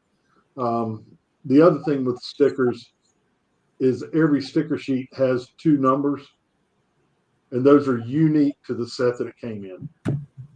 So it takes some effort, but again, the variety is what brings people in. So we're going to keep everything we can, except boxes. We used to sell boxes, and Richard talked us into the fact that they make better heating components in a burn barrel in the yard than they do shipping. They went to the recycle. You only knew how many Lego boxes I've burned. It got to a point where somebody would buy a $18 box and it would cost us $20 to ship it, and it was ridiculous. Dang. So that's and not to. I mean, so honestly, I'm here as Too Tall. I'm really not here to like prostitute Brickmania. Like I'm really not. But like being a Bricklink owner, like in Richard buying as much as you do, and clearly Drew, you like working to build a mock, like I really don't think people who just kind of click on a link and see a P38 that's priced at $280 even understand like what they're looking at. The thing that I don't think a lot of people, so the biggest, this goes back to the argument. I'm not going to say the argument, the talk that me and that guy had that I was talking about that messaged me earlier. He and me basically, like this is what I explained to him.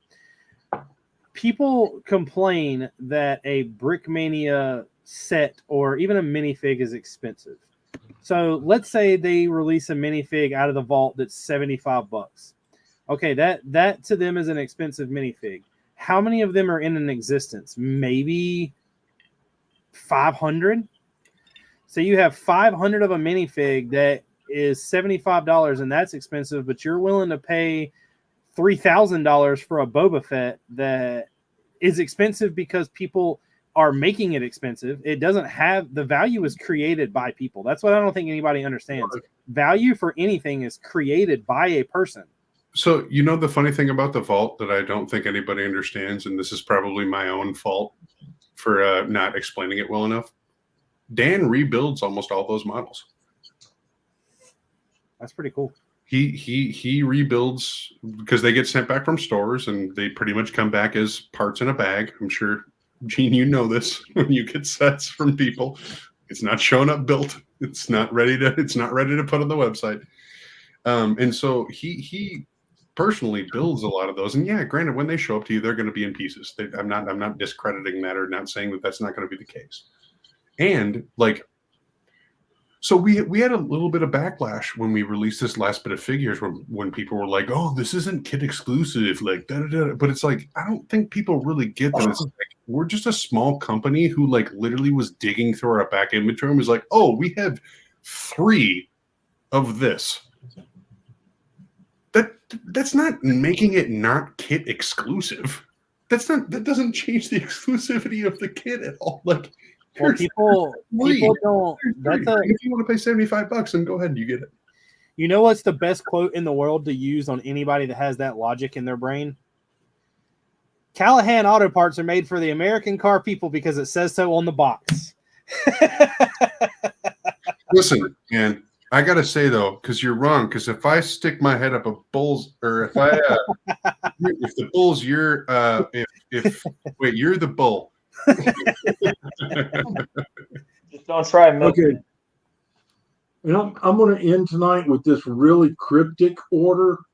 I'm having a tough time figuring out what these people are trying to build. Camaro. It kind of gives me that It's a Gran almost Torino. It's Mustang not a vibe. Gran Torino. Yeah, maybe. It's a Camaro. I think it's printed parts for 2 different cars, one of which has a really nice Is that a Toyota 4Runner? white striping. Rick Lab said Double Decker bus. That's a bus. Will said it's a Mustang GBC. Mustang GBC. There you go, Will. And Will, I saw what you wrote Is about. that a Nissan Skyline? So Will, I saw what you wrote about storing stickers in a 3-ring binder. We started doing that and quickly ran out of space. Plus, they all And more Bionicles, and ending the night with some minifigs. Somebody's building some city stuff. Yep. Is that an old school? Yeah, nice. Drew, how do you want to do this? Do you want to Rochambeau it again? You have all the power, so you get to choose who goes first. Because I can't display anything, and you have. I will Rochambeau it. I'll do it the right way. I ain't gonna do it the wrong way. I'll display whoever's first. Okay. Is that Lando's night? No, it's a K-Town. You ready? Yeah, ready?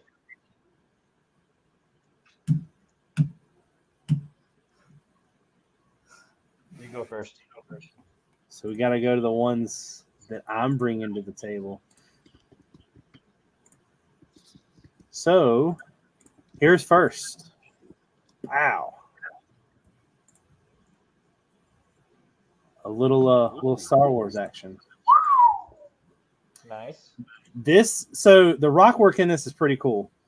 The rock work for the ground is even cooler.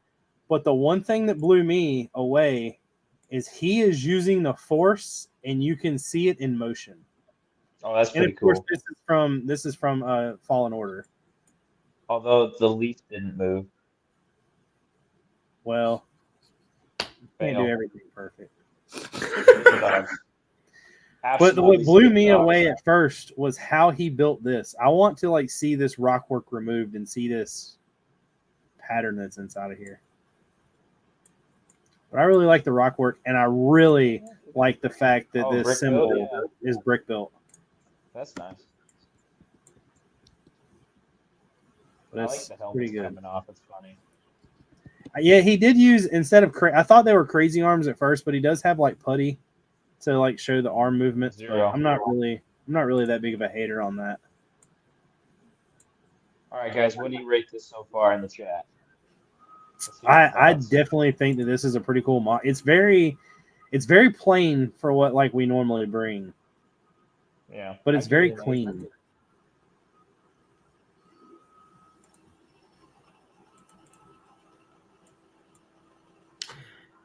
I know I don't have a leg to stand on here, but I would say motion alone, not to mention the work they did into elevating the mock into something that has a legitimate base.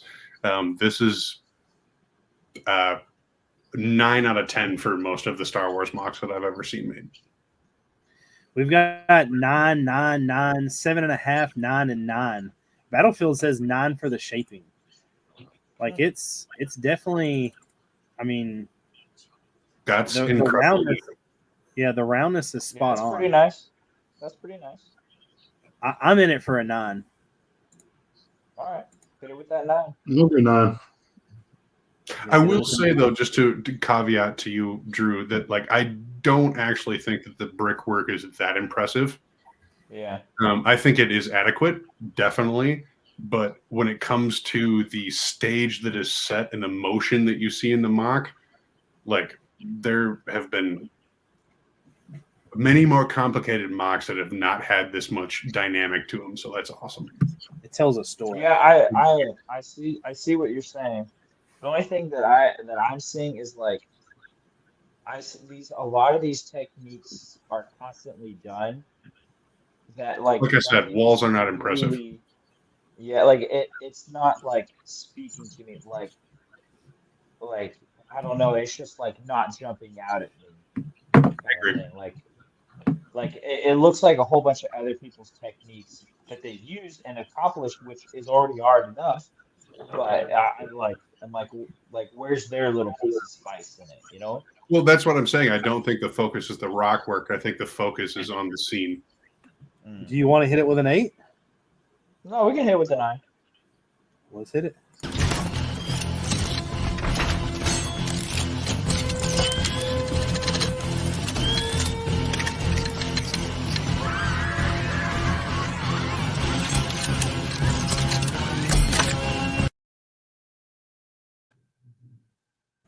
Nine dogs. Next up, we have a submitted one from Mr. Bricklab Studios. He built an Anakin's pod Nice. with a mini kit head. The one thing that I like, I love that he used the candelabras. The only thing that I would change in this, well, one of the things I would change in this is I would use that piece from the actual, like, I forgot what it is, but it's like the action piece that looks like it's like electricity going across. Yeah, the lightning handles. Yeah. And then I would agree. And make the flaps longer. Yeah, I was about to say the flaps need to be longer. They need to come out more. I like the clamshells though. That's a cool idea. Yeah, that's not a bad idea. That's pretty cool.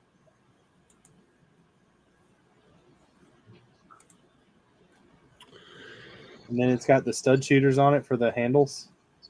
Nice. Which is pretty neat. I would say this is an incredible use of parts build. Mm-hmm. This is a really cool recreation of somebody who is using a limited inventory, and I can recognize that.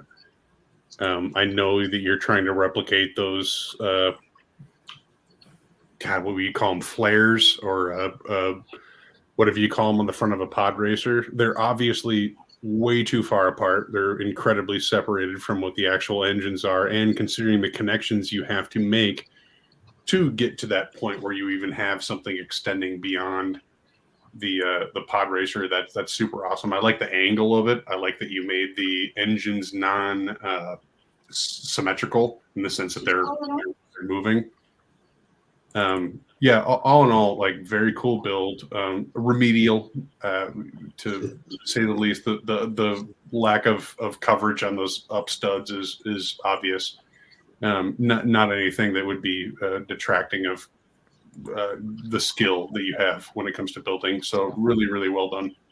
One of the things that I always like seeing that I've noticed in a lot of people that submit mocks, especially for younger gentlemen like I believe he is a lot of pieces I look at to see, like the candelabras are all on the pick-a-brick wall. So a lot of people necessarily might not use Bricklink to get their pieces. They're using sets or the pick-a-brick wall at Lego. So it's a little bit different. I really like the wheels used as the engine, but I do wish that there was more coverage and the yellow things weren't so far apart. Because in the movie, in the actual, even on the actual set, like they touch. I would also ask, and sorry if I'm cutting anybody off, but like, so the picture you got right up, Rich. So that's the front end of, yeah, right there. Stop your cursor. So that's the front end of those. So what is that? What is that wedge doing there? I'm not sure what purpose the bulkiness serves. It almost seems like it would have been more accurate to the movie if you just used plates moving forward, and maybe they're trying to represent a specific scene. I'll be honest with you, I don't even really remember what the pod racer looked like. I can tell you exactly what the Lego one looked like, but the pod racer itself, I couldn't tell you really what the top part looked like. It was 3 yellow cones on a jet engine, and then a teeny little what do they call them? A universal carrier being hauled in the back. That's pretty much the equivalent of. But it does look good. I really like the angle that it's at, because like if you look at it from like this angle, like the rigid hose swoops up as like it's carrying the engines down, like the engines aren't sitting at the same angle. I really like that he's done all that. I will tell you that one of the things I've learned in doing mocks greatly is these little plastic or of course they're plastic, but the action piece thing, these rods, all you got to do is mess with them in your hand a little bit and get them a little warm, and you can bend them in any motion you want, and then they will actually like harden, and you can move them to show a lot of action, a lot of different angles. Mm-hmm. I would say that is one of the most missed things in all of Lego mocks. Oh, dude, I tell people all the time, I'm not afraid to cut a Lego piece. I'm not afraid to drill a Lego piece. I'm not afraid to bend. Well, that's not what I meant. That's not what I meant at all. God, don't put me on record saying that.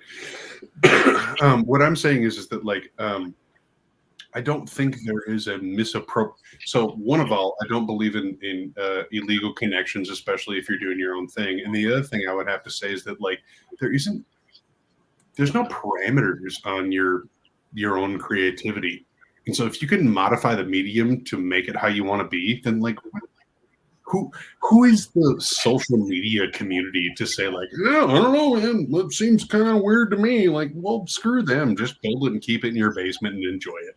Yeah, definitely. I really like the mini kit head. That's kind of cool. Makes you love your dog. What do y'all think we should give this one?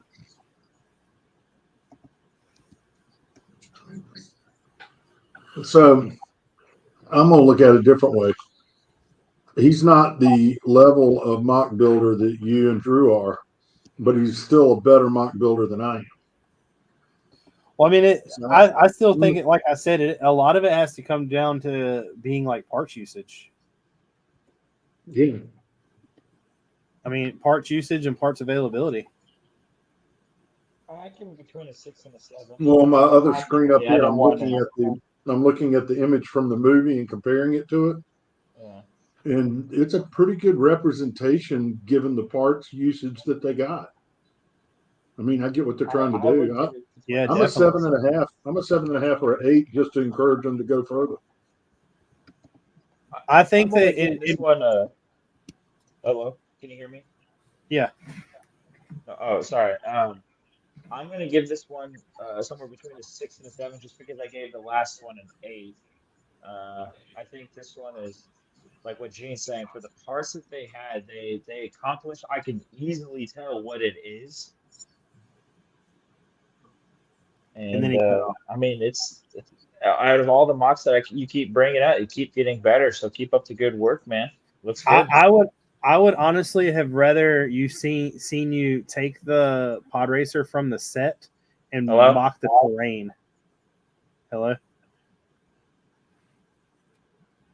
I actually like that the terrain is secondary because I think they used the parts that they wanted to be able to create the model, and then they were like, holy crap, I got to make sure I put this up on something. So I'm going to ignore the terrain entirely. And what I would say is that like the design itself is clearly an excellent usage of parts. However, if you are going to break it down into being like, does it look like Anakin's pod racer? No, it doesn't. But it looks like an awesome version of Anakin's pod racer where you had to assemble it via parts that Jar Jar Binks brought you. So if that's too offensive to the builder, I'll say that. I will say that the actual pod part, like this part, actually looks It's pretty sleek. accurate. Yes, it's very sleek. Absolutely. Yeah. But I'm at Drew with that. I'm at a 7.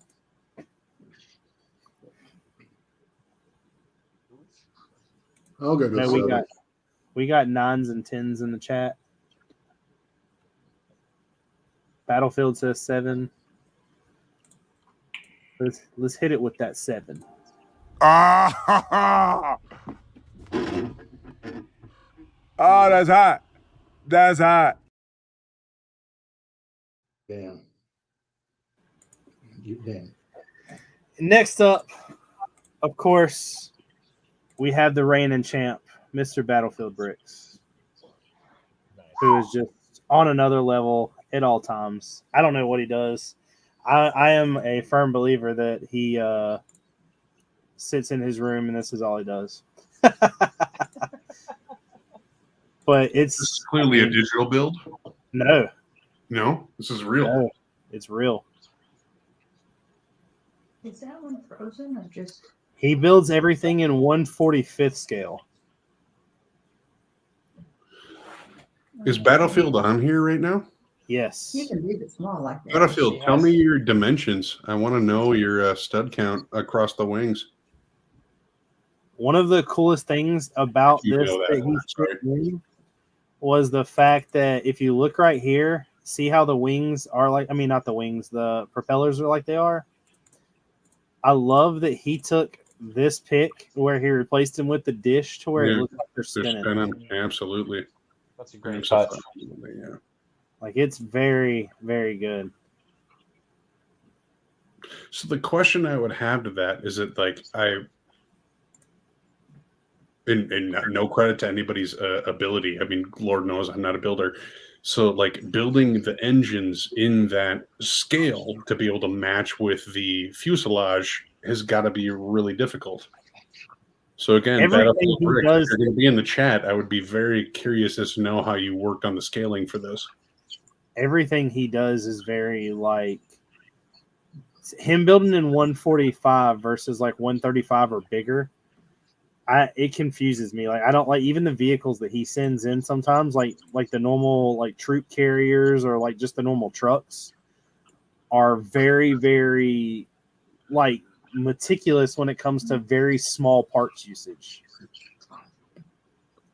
Like right here's a perfect example. These antennas for guns where I would just buy air-cooled barrels from Brick Arms and Brickmania and throw them on there. I mean, that's not the same connection though.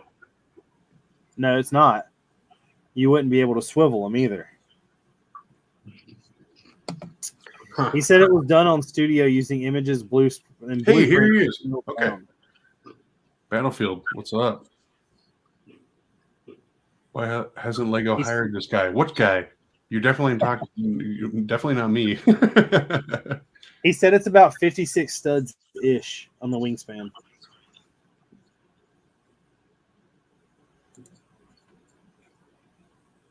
Let's count them. On studio using images.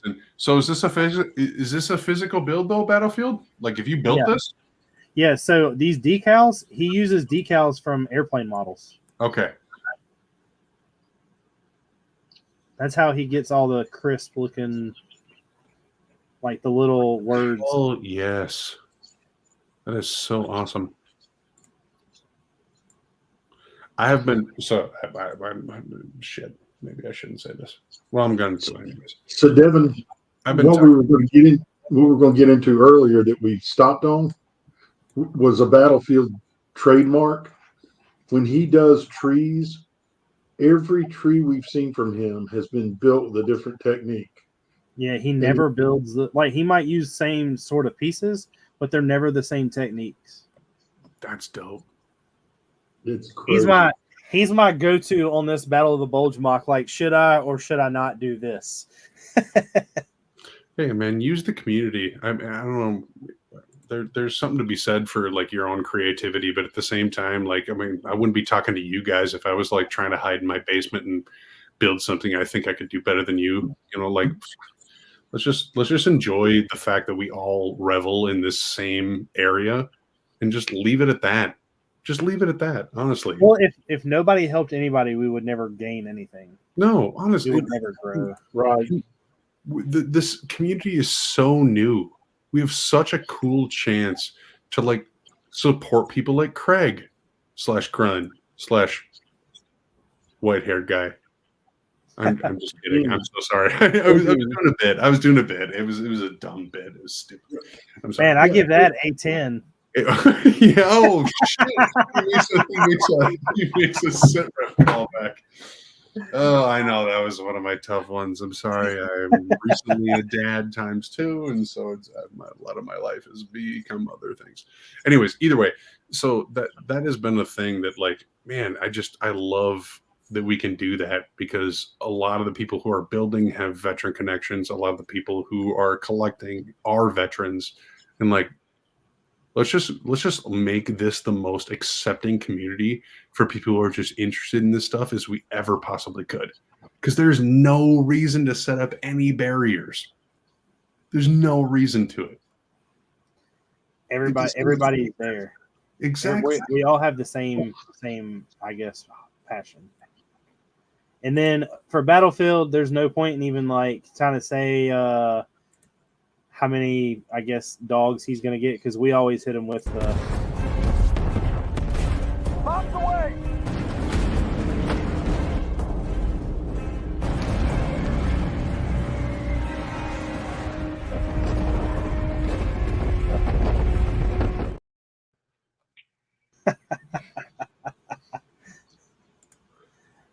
We're all dumb here.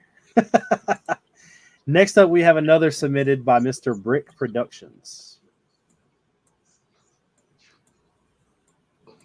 I'm assuming this has to be World War II, and those have to be Germans. So this has to be. Give me a little zoom in here. Yeah. So I like the. I like that. I would imagine that whoever built this has a story. Yeah.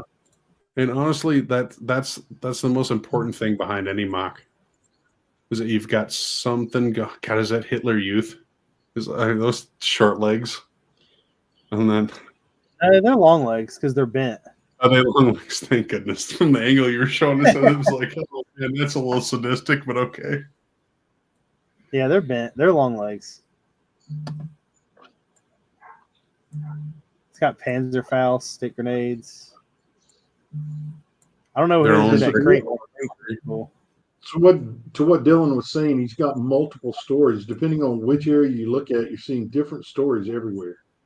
So sometimes it's not about the detail of the build as much as it is the thought that went into the storyline. Amen, Gene. Goodness gracious. I would just not to cut everybody else off, but I would just say that, like, that is when you guys come to World War Brick, when people show off their mocks, like, goodness, I'm a previous journalist. That is what I am looking for. I love the stories. I don't care how detailed your mock is. Tell me what they are all doing. So sorry, Richard, go ahead and go back to the podcast that you're hosting. Oh no, what I was going to say is I've actually I don't know. I mean, there's nobody really that knows this, but 2 years ago, me and Dylan and Dan might have been intoxicated walking around Brick Fair, and they kind of let me know what their interest is in looking at mocks. And the one thing that I will say that stuck in my brain that actually Dylan has said, and now it's been you were like, here, I'm gonna let you know you've been topped. Landon's made me a challenge for this Battle of the Bulge mock that I've already started working on, but it's gonna be a feat. But I don't. Everybody builds mocks differently. I don't care for flat ground. I don't. It's just one of those things. I know people don't have a lot of the parts that I have, but like how the plates are laid out right here, I would have added something. I would have added more texture to the terrain. That is just 100% me.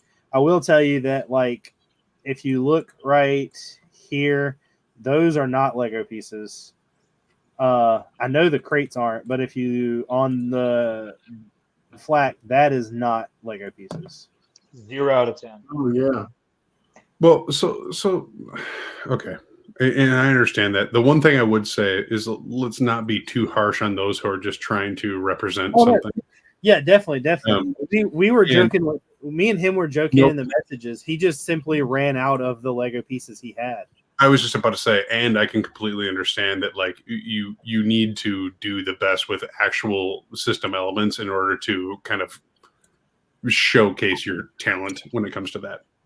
Me and Brick Productions had a talk, and I told him the one thing that because he asked me, he was like, "What would you recommend I work on?" And he didn't know that it existed, but I was like, "Download Studio." I was like, "You literally have the ability to do anything you want at Studio. You can build, you can have any of the colors, you can do whatever, and if it looks good, then you know what pieces it's going to take to build it." I don't know, man. I disagree with that a little bit. Really? Yeah, I do, because I see. So a lot of what I see Brick Mania designers inspired by is their parts inventory. And so their ability to adjust and move on the fly, a lot of that has to do with the fact that if they want to grab a brick, Dan has it probably in a bin about 3 feet away from them. And that's not something any other builder can really compare to.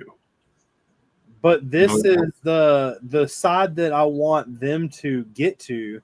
Is I understand when it comes to building the physical model, but if you're building a mock and you have the ability to build, let's just say this terrain, there's no buildings, there's no guns, there's no nothing. It's just, if you're able to build this terrain in Studio, then you have the parts there that you know you need, which means it's either easier to go get or it's easier to obtain versus dumping your Lego bin out and just kind of working. It's like if you've got a 1x16 place that needs to be filled, you can just order like a 1x12 and a 1x4 versus using 4 1x4s. That if you don't have it, you have the ability to know what you could use. I think. Well, to your credit, the textured terrain, I do think adds everything to a mock. You know what I mean? Like that is a thing, because like no war was fought on a flat grassy field. So I hear you in that sentiment. I just think that there's some details like you're focusing on here. There's some details that have been added with the parts that they have, and some of them don't make a ton of sense. And I still appreciate the story, like I said, that is being told with kind of, I would say, maybe 3 different groups of minifigures here. I like that he's using a wand as a pointer. He also left the little tag, though. I hate that. Get rid of that. The what? The little tag on the end. Get rid of the mold. Get rid of the mold tag. You see, if you zoom in on the very end of the wand, he's got the, yeah. That's left over from the. Oh no, is that from the map? That's part of the printing on the tile. Thank goodness. Yeah. I was going to say, don't leave those little tabs on there. That's you're talking about up here. I'm looking at the actual wand. I'm like, no.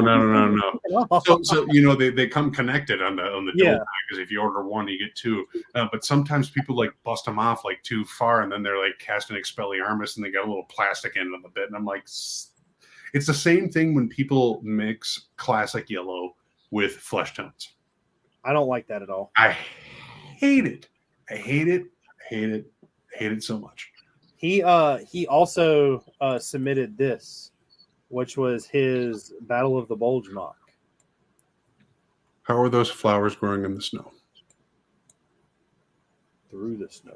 Yep, I'm sorry. I'm already done. I really like these trench coats. They're tough to get. I've got a bunch. I like these ammo crates or the gun crates. And I like the brick arms. Is that the brick arms bullets laid across like? That's the U-clips with the put together. That's really nicely done. That's really nicely done. I like the shovel. Oh, that's a good shovel. But overall, I'm gonna give them. That's a great shovel. I would pick Bricks that shovel. podcast T-shirt that just says "That's a nice shovel." That's I would buy perfect. one. I'm gonna hit him with a 7 on both mocks. I'm sticking with 6. Same. 6. What do you think, Gene? The flat topo throws me off. I'm a 6 or maybe even 5. Let's hit it with that 6.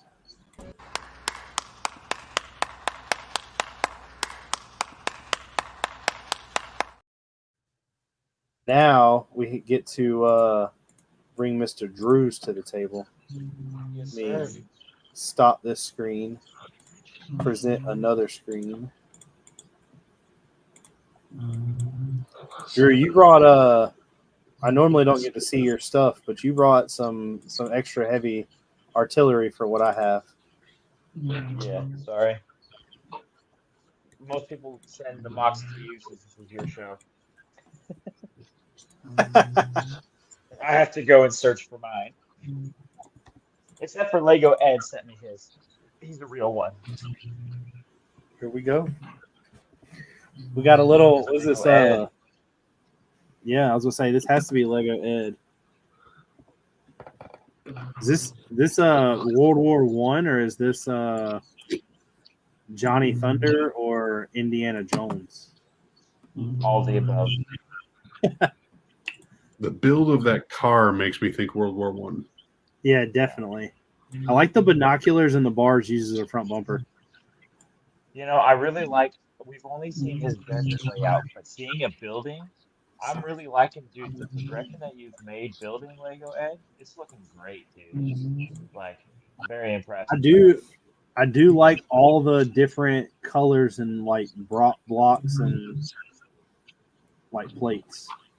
I like the You should motion and the definitely do minifigs. a Tatooine type sometime. You know, all of the minifigs are walking or bending or something. Yeah, There's I nothing, think- nothing stationary. Yep, I agree, Gene. I think that's really cool to see that everybody is moving towards a certain point, and also you can see there was one of the earlier shots that you had, Rich, where it was more of a convergence. Yeah, exactly. So there's clearly like a story. Again, that's what I look for in mocks is like what can you explain about what's happening? This is really cool. Oh. Is that a specific brick arm you really like? What was that? It's so funny because like he looks like he's about to shoot him in the back. I really like the I'm guessing he painted that. Probably. That looks really cool. Yeah, gotta be. I like the weathered look. Yeah, this is definitely really cool. I like this better than the other World War I mock that he submitted where the trench was. Yeah. My favorite. I will say, A 7. again, not to make any offense to the builder, but that building is incredibly remedial. I am not a Brickmania designer, and I will say if you build that building and think that you're on the cusp of being one, no. So, taking that in consideration, I would say it's an excellent scene. I love the scene for what it is, and I get it. It's a dilapidated building. I know what you're trying to go for. Oh no, I was just saying that I didn't notice that before. That's really cool. Yeah, no, I see the missile marks and everything that's going on here. Trust me, I've reviewed a million mocks in my tenure. But I will say that it's I'll give it a 7. I'm gonna give him an 8 simply because I think he's came a long way from his last couple mocks that he submitted. Well, that's context, you dick. I don't get any of that. I'm a guest. You freaking douchebag. He's What the hell definitely am I supposed to do with that? he's definitely grown. Oh, he's done so well. We want to give him some props, and here I am, the first one to be like, oh no, give him a C. Like shit. I really like this bag, and I don't know why I've like so fixated on it. Okay, well, I'm an asshole. Don't listen to me. Consider the other 3 of them's ratings. No, you got a long way to go to be an asshole. That's what I do professionally. I don't know, Gene. You seem like the sweetest person I've ever met in my life. He is not. He has got you fooled. Look, when he laughed, even the camera shook. And as soon as we mentioned assholes, Drew left. So I have a feeling like I know who the asshole is. I'm gonna hit this with a 7. All right, that's fine. Does anybody?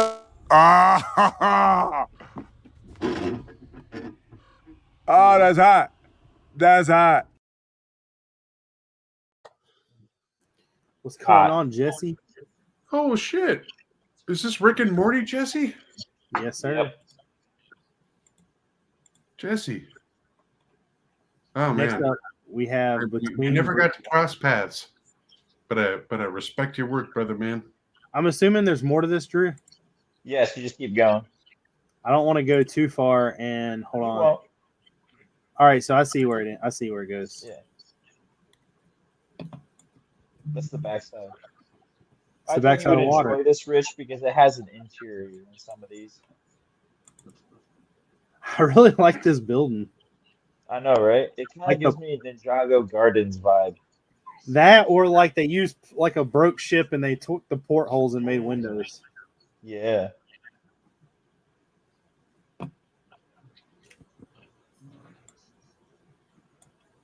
I really like this.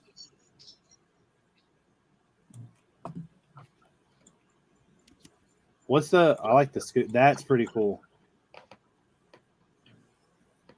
I didn't even see that first.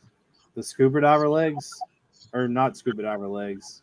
There's Lieutenant Dan over on the left. He ain't got no legs. Yeah, his legs are right here.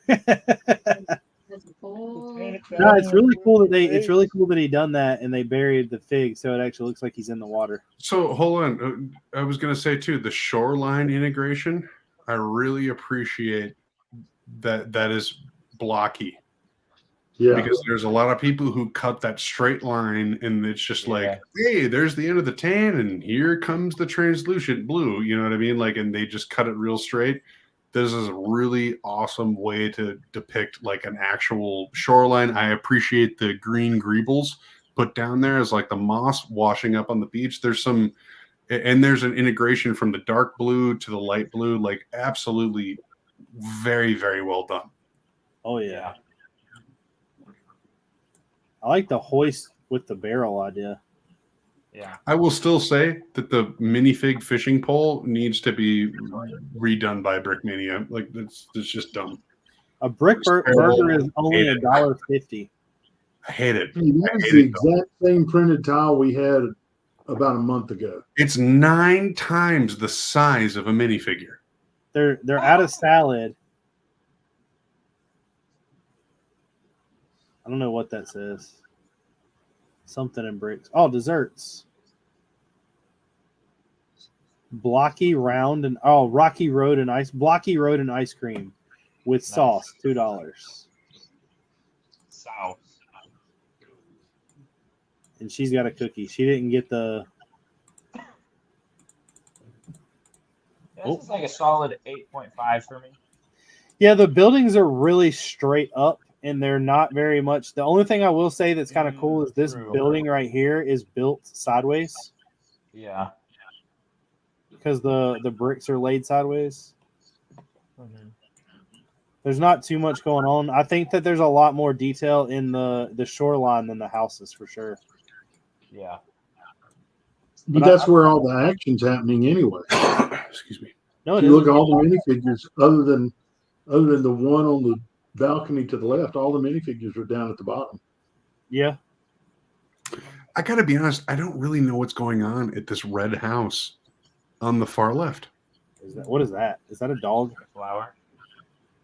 Oh, it is a flower. Never The mind. fish, the one with the fish on it. Like, there's no door. Is that an apartment building? I don't really know. How do you get downstairs? So it's not. What's on the back side of it? Nothing. Yeah, so that's tough. That's like a submarine tipped upside down. Yeah. Which is a It's like Fallout a lover. I can totally 8.5. dig being made into a house. Right. Yeah, I agree with Blaze. Blaze says the walls are really flat. Yeah. I don't know. I'm down to give this a 7. I'm gonna give it a 9 just for the snot technique. I'm at about an 8. All right, let's hit it with that 8. There it is. Magnum. Holy moly. Yeah, baby. That's what I've been waiting for. Dear God. It's beautiful.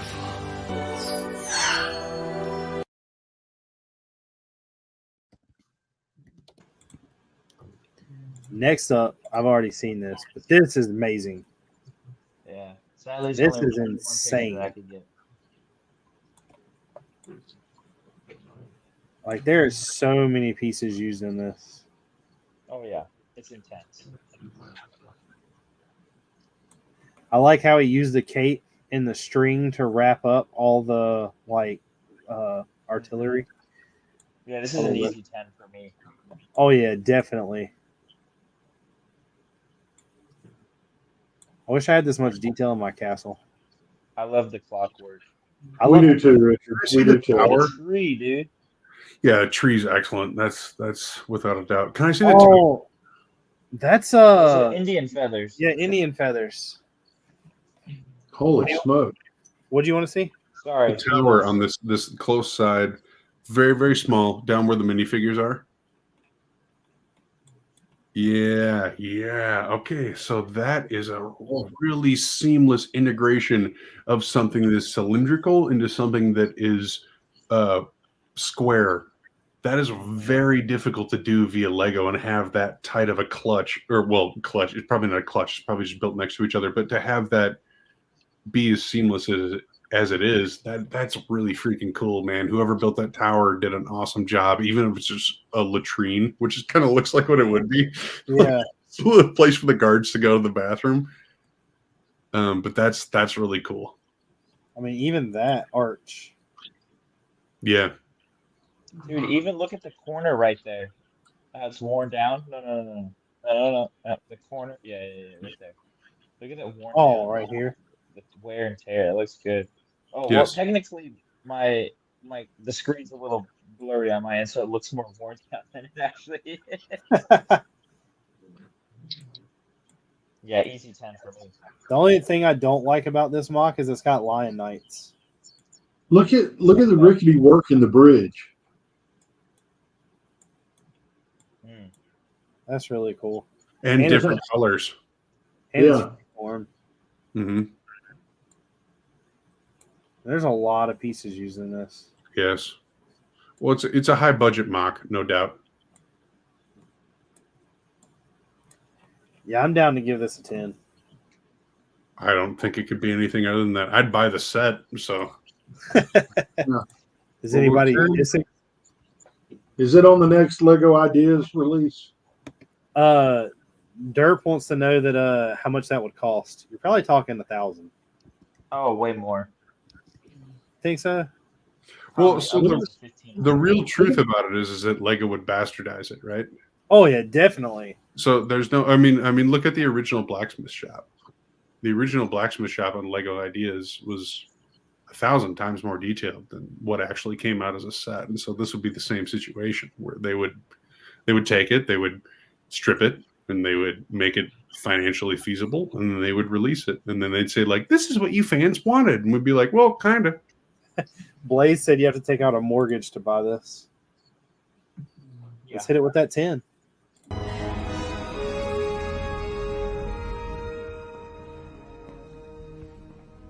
Very impressive. I'd hoped you would be pleased.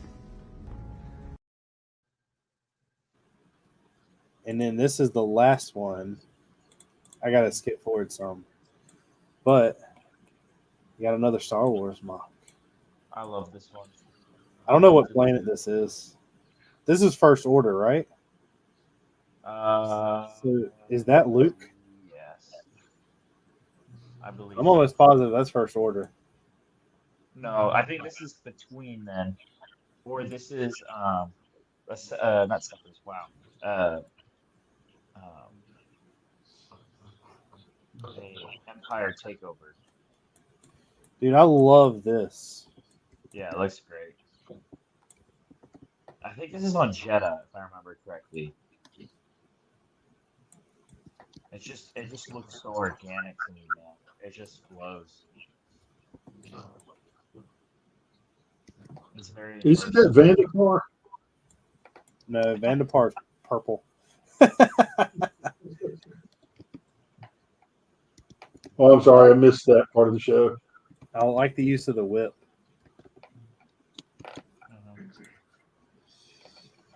That's what she I said. like the statue. Do what? Oh my gosh. What'd you say? I didn't say anything. What did you say, Richard? I just said no. I heard what you said. Where that's what she said, but I didn't hear what he said. That's what she said. Who? Who? Man. Men. Oh, amen. Amen. No, it's a man, some men. Amen. Some men. Hey, yeah. Shit. I really like the script on the side of this. Yeah, it's an easy 10 for me. This is one of the best scenery mocks I've seen. Mm-hmm. I really enjoy mocks that don't require the minifigures to have you enjoy them. And I would say that this mock is the first one I've seen in this where if you took all the minifigures out of it, you'd still be like, damn, that's impressive. I really like the posing of the Jedi too. Like I know It that tells a story. Yeah. He's hiding, but he's got his thing on him at all times. Look at that. He's left-handed though, so that's a problem. Yeah, I'm down to give this thing a 10. Heck yeah. Oh, yeah. Let's hit it. I'm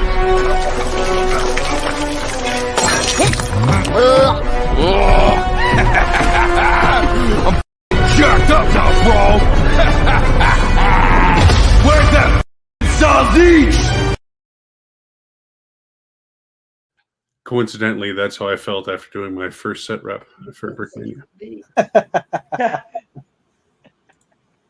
But that was it. That's it for the mock showing. This is the end of the show. Yeah, I was gonna say we are at 10:30 or past 10:30.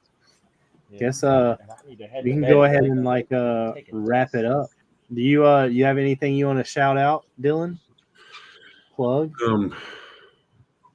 So I'm actually promoting something pretty big for my own self, and this is why I came on this podcast. And I was, I work for Brickmania, and I enjoy Lego, but really what I do is freestyle rap battles. Oh. Let's hear it. Go. Best 2 bars. Oh man, you're taking a while. Uh-oh. Pretty good. It's pretty good. I've been working on it. I've been working on it. I've been working on it. You know, it's organic. It's organic. Don't You call know, him a poet. Share with the family-friendly part of the show. So listen, anytime you guys need a little rap lyricist or somebody to wrap up your show, just remember that I'm here for you guys. If you need me to spit something cold into the mic, it won't be hot, but it'll be cold, you know, ice cold. But maybe I could do like an iced tea rap, you know, like I don't know how iced tea sounds, but definitely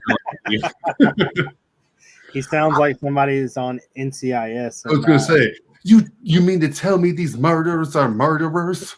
I'm gonna tell you these murderers are murderers, and we gonna tell you about the murders who is murderers. That's pretty much how Ice-T, I figured. Wait, hold on. I walked in and I said, "These are terrible murders. I would have murdered better." And I'm telling you that you couldn't have murdered better than these Crips. I don't know what gang he was part of on the street. I mean, I would have said, look at my hair. It's just beautiful. I instantly kills.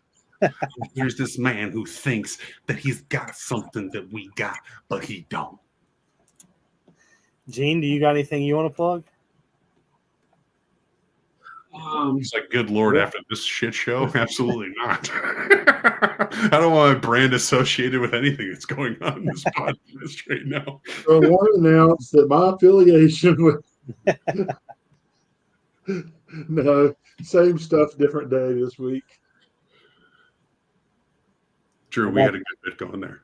What about you, Drew? What? I was just thinking before I got to me, what I got to say. I got nothing. I'm just working hard. And I will say we do have one difference going on this week. I said same stuff, different day. But Tori is actually back in the classroom this week, the library. Nice.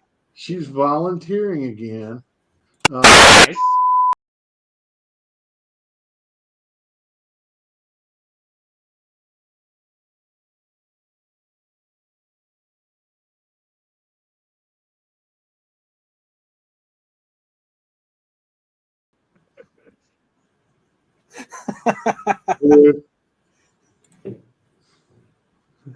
No, but she's volunteering in the school again and glad to be home every night.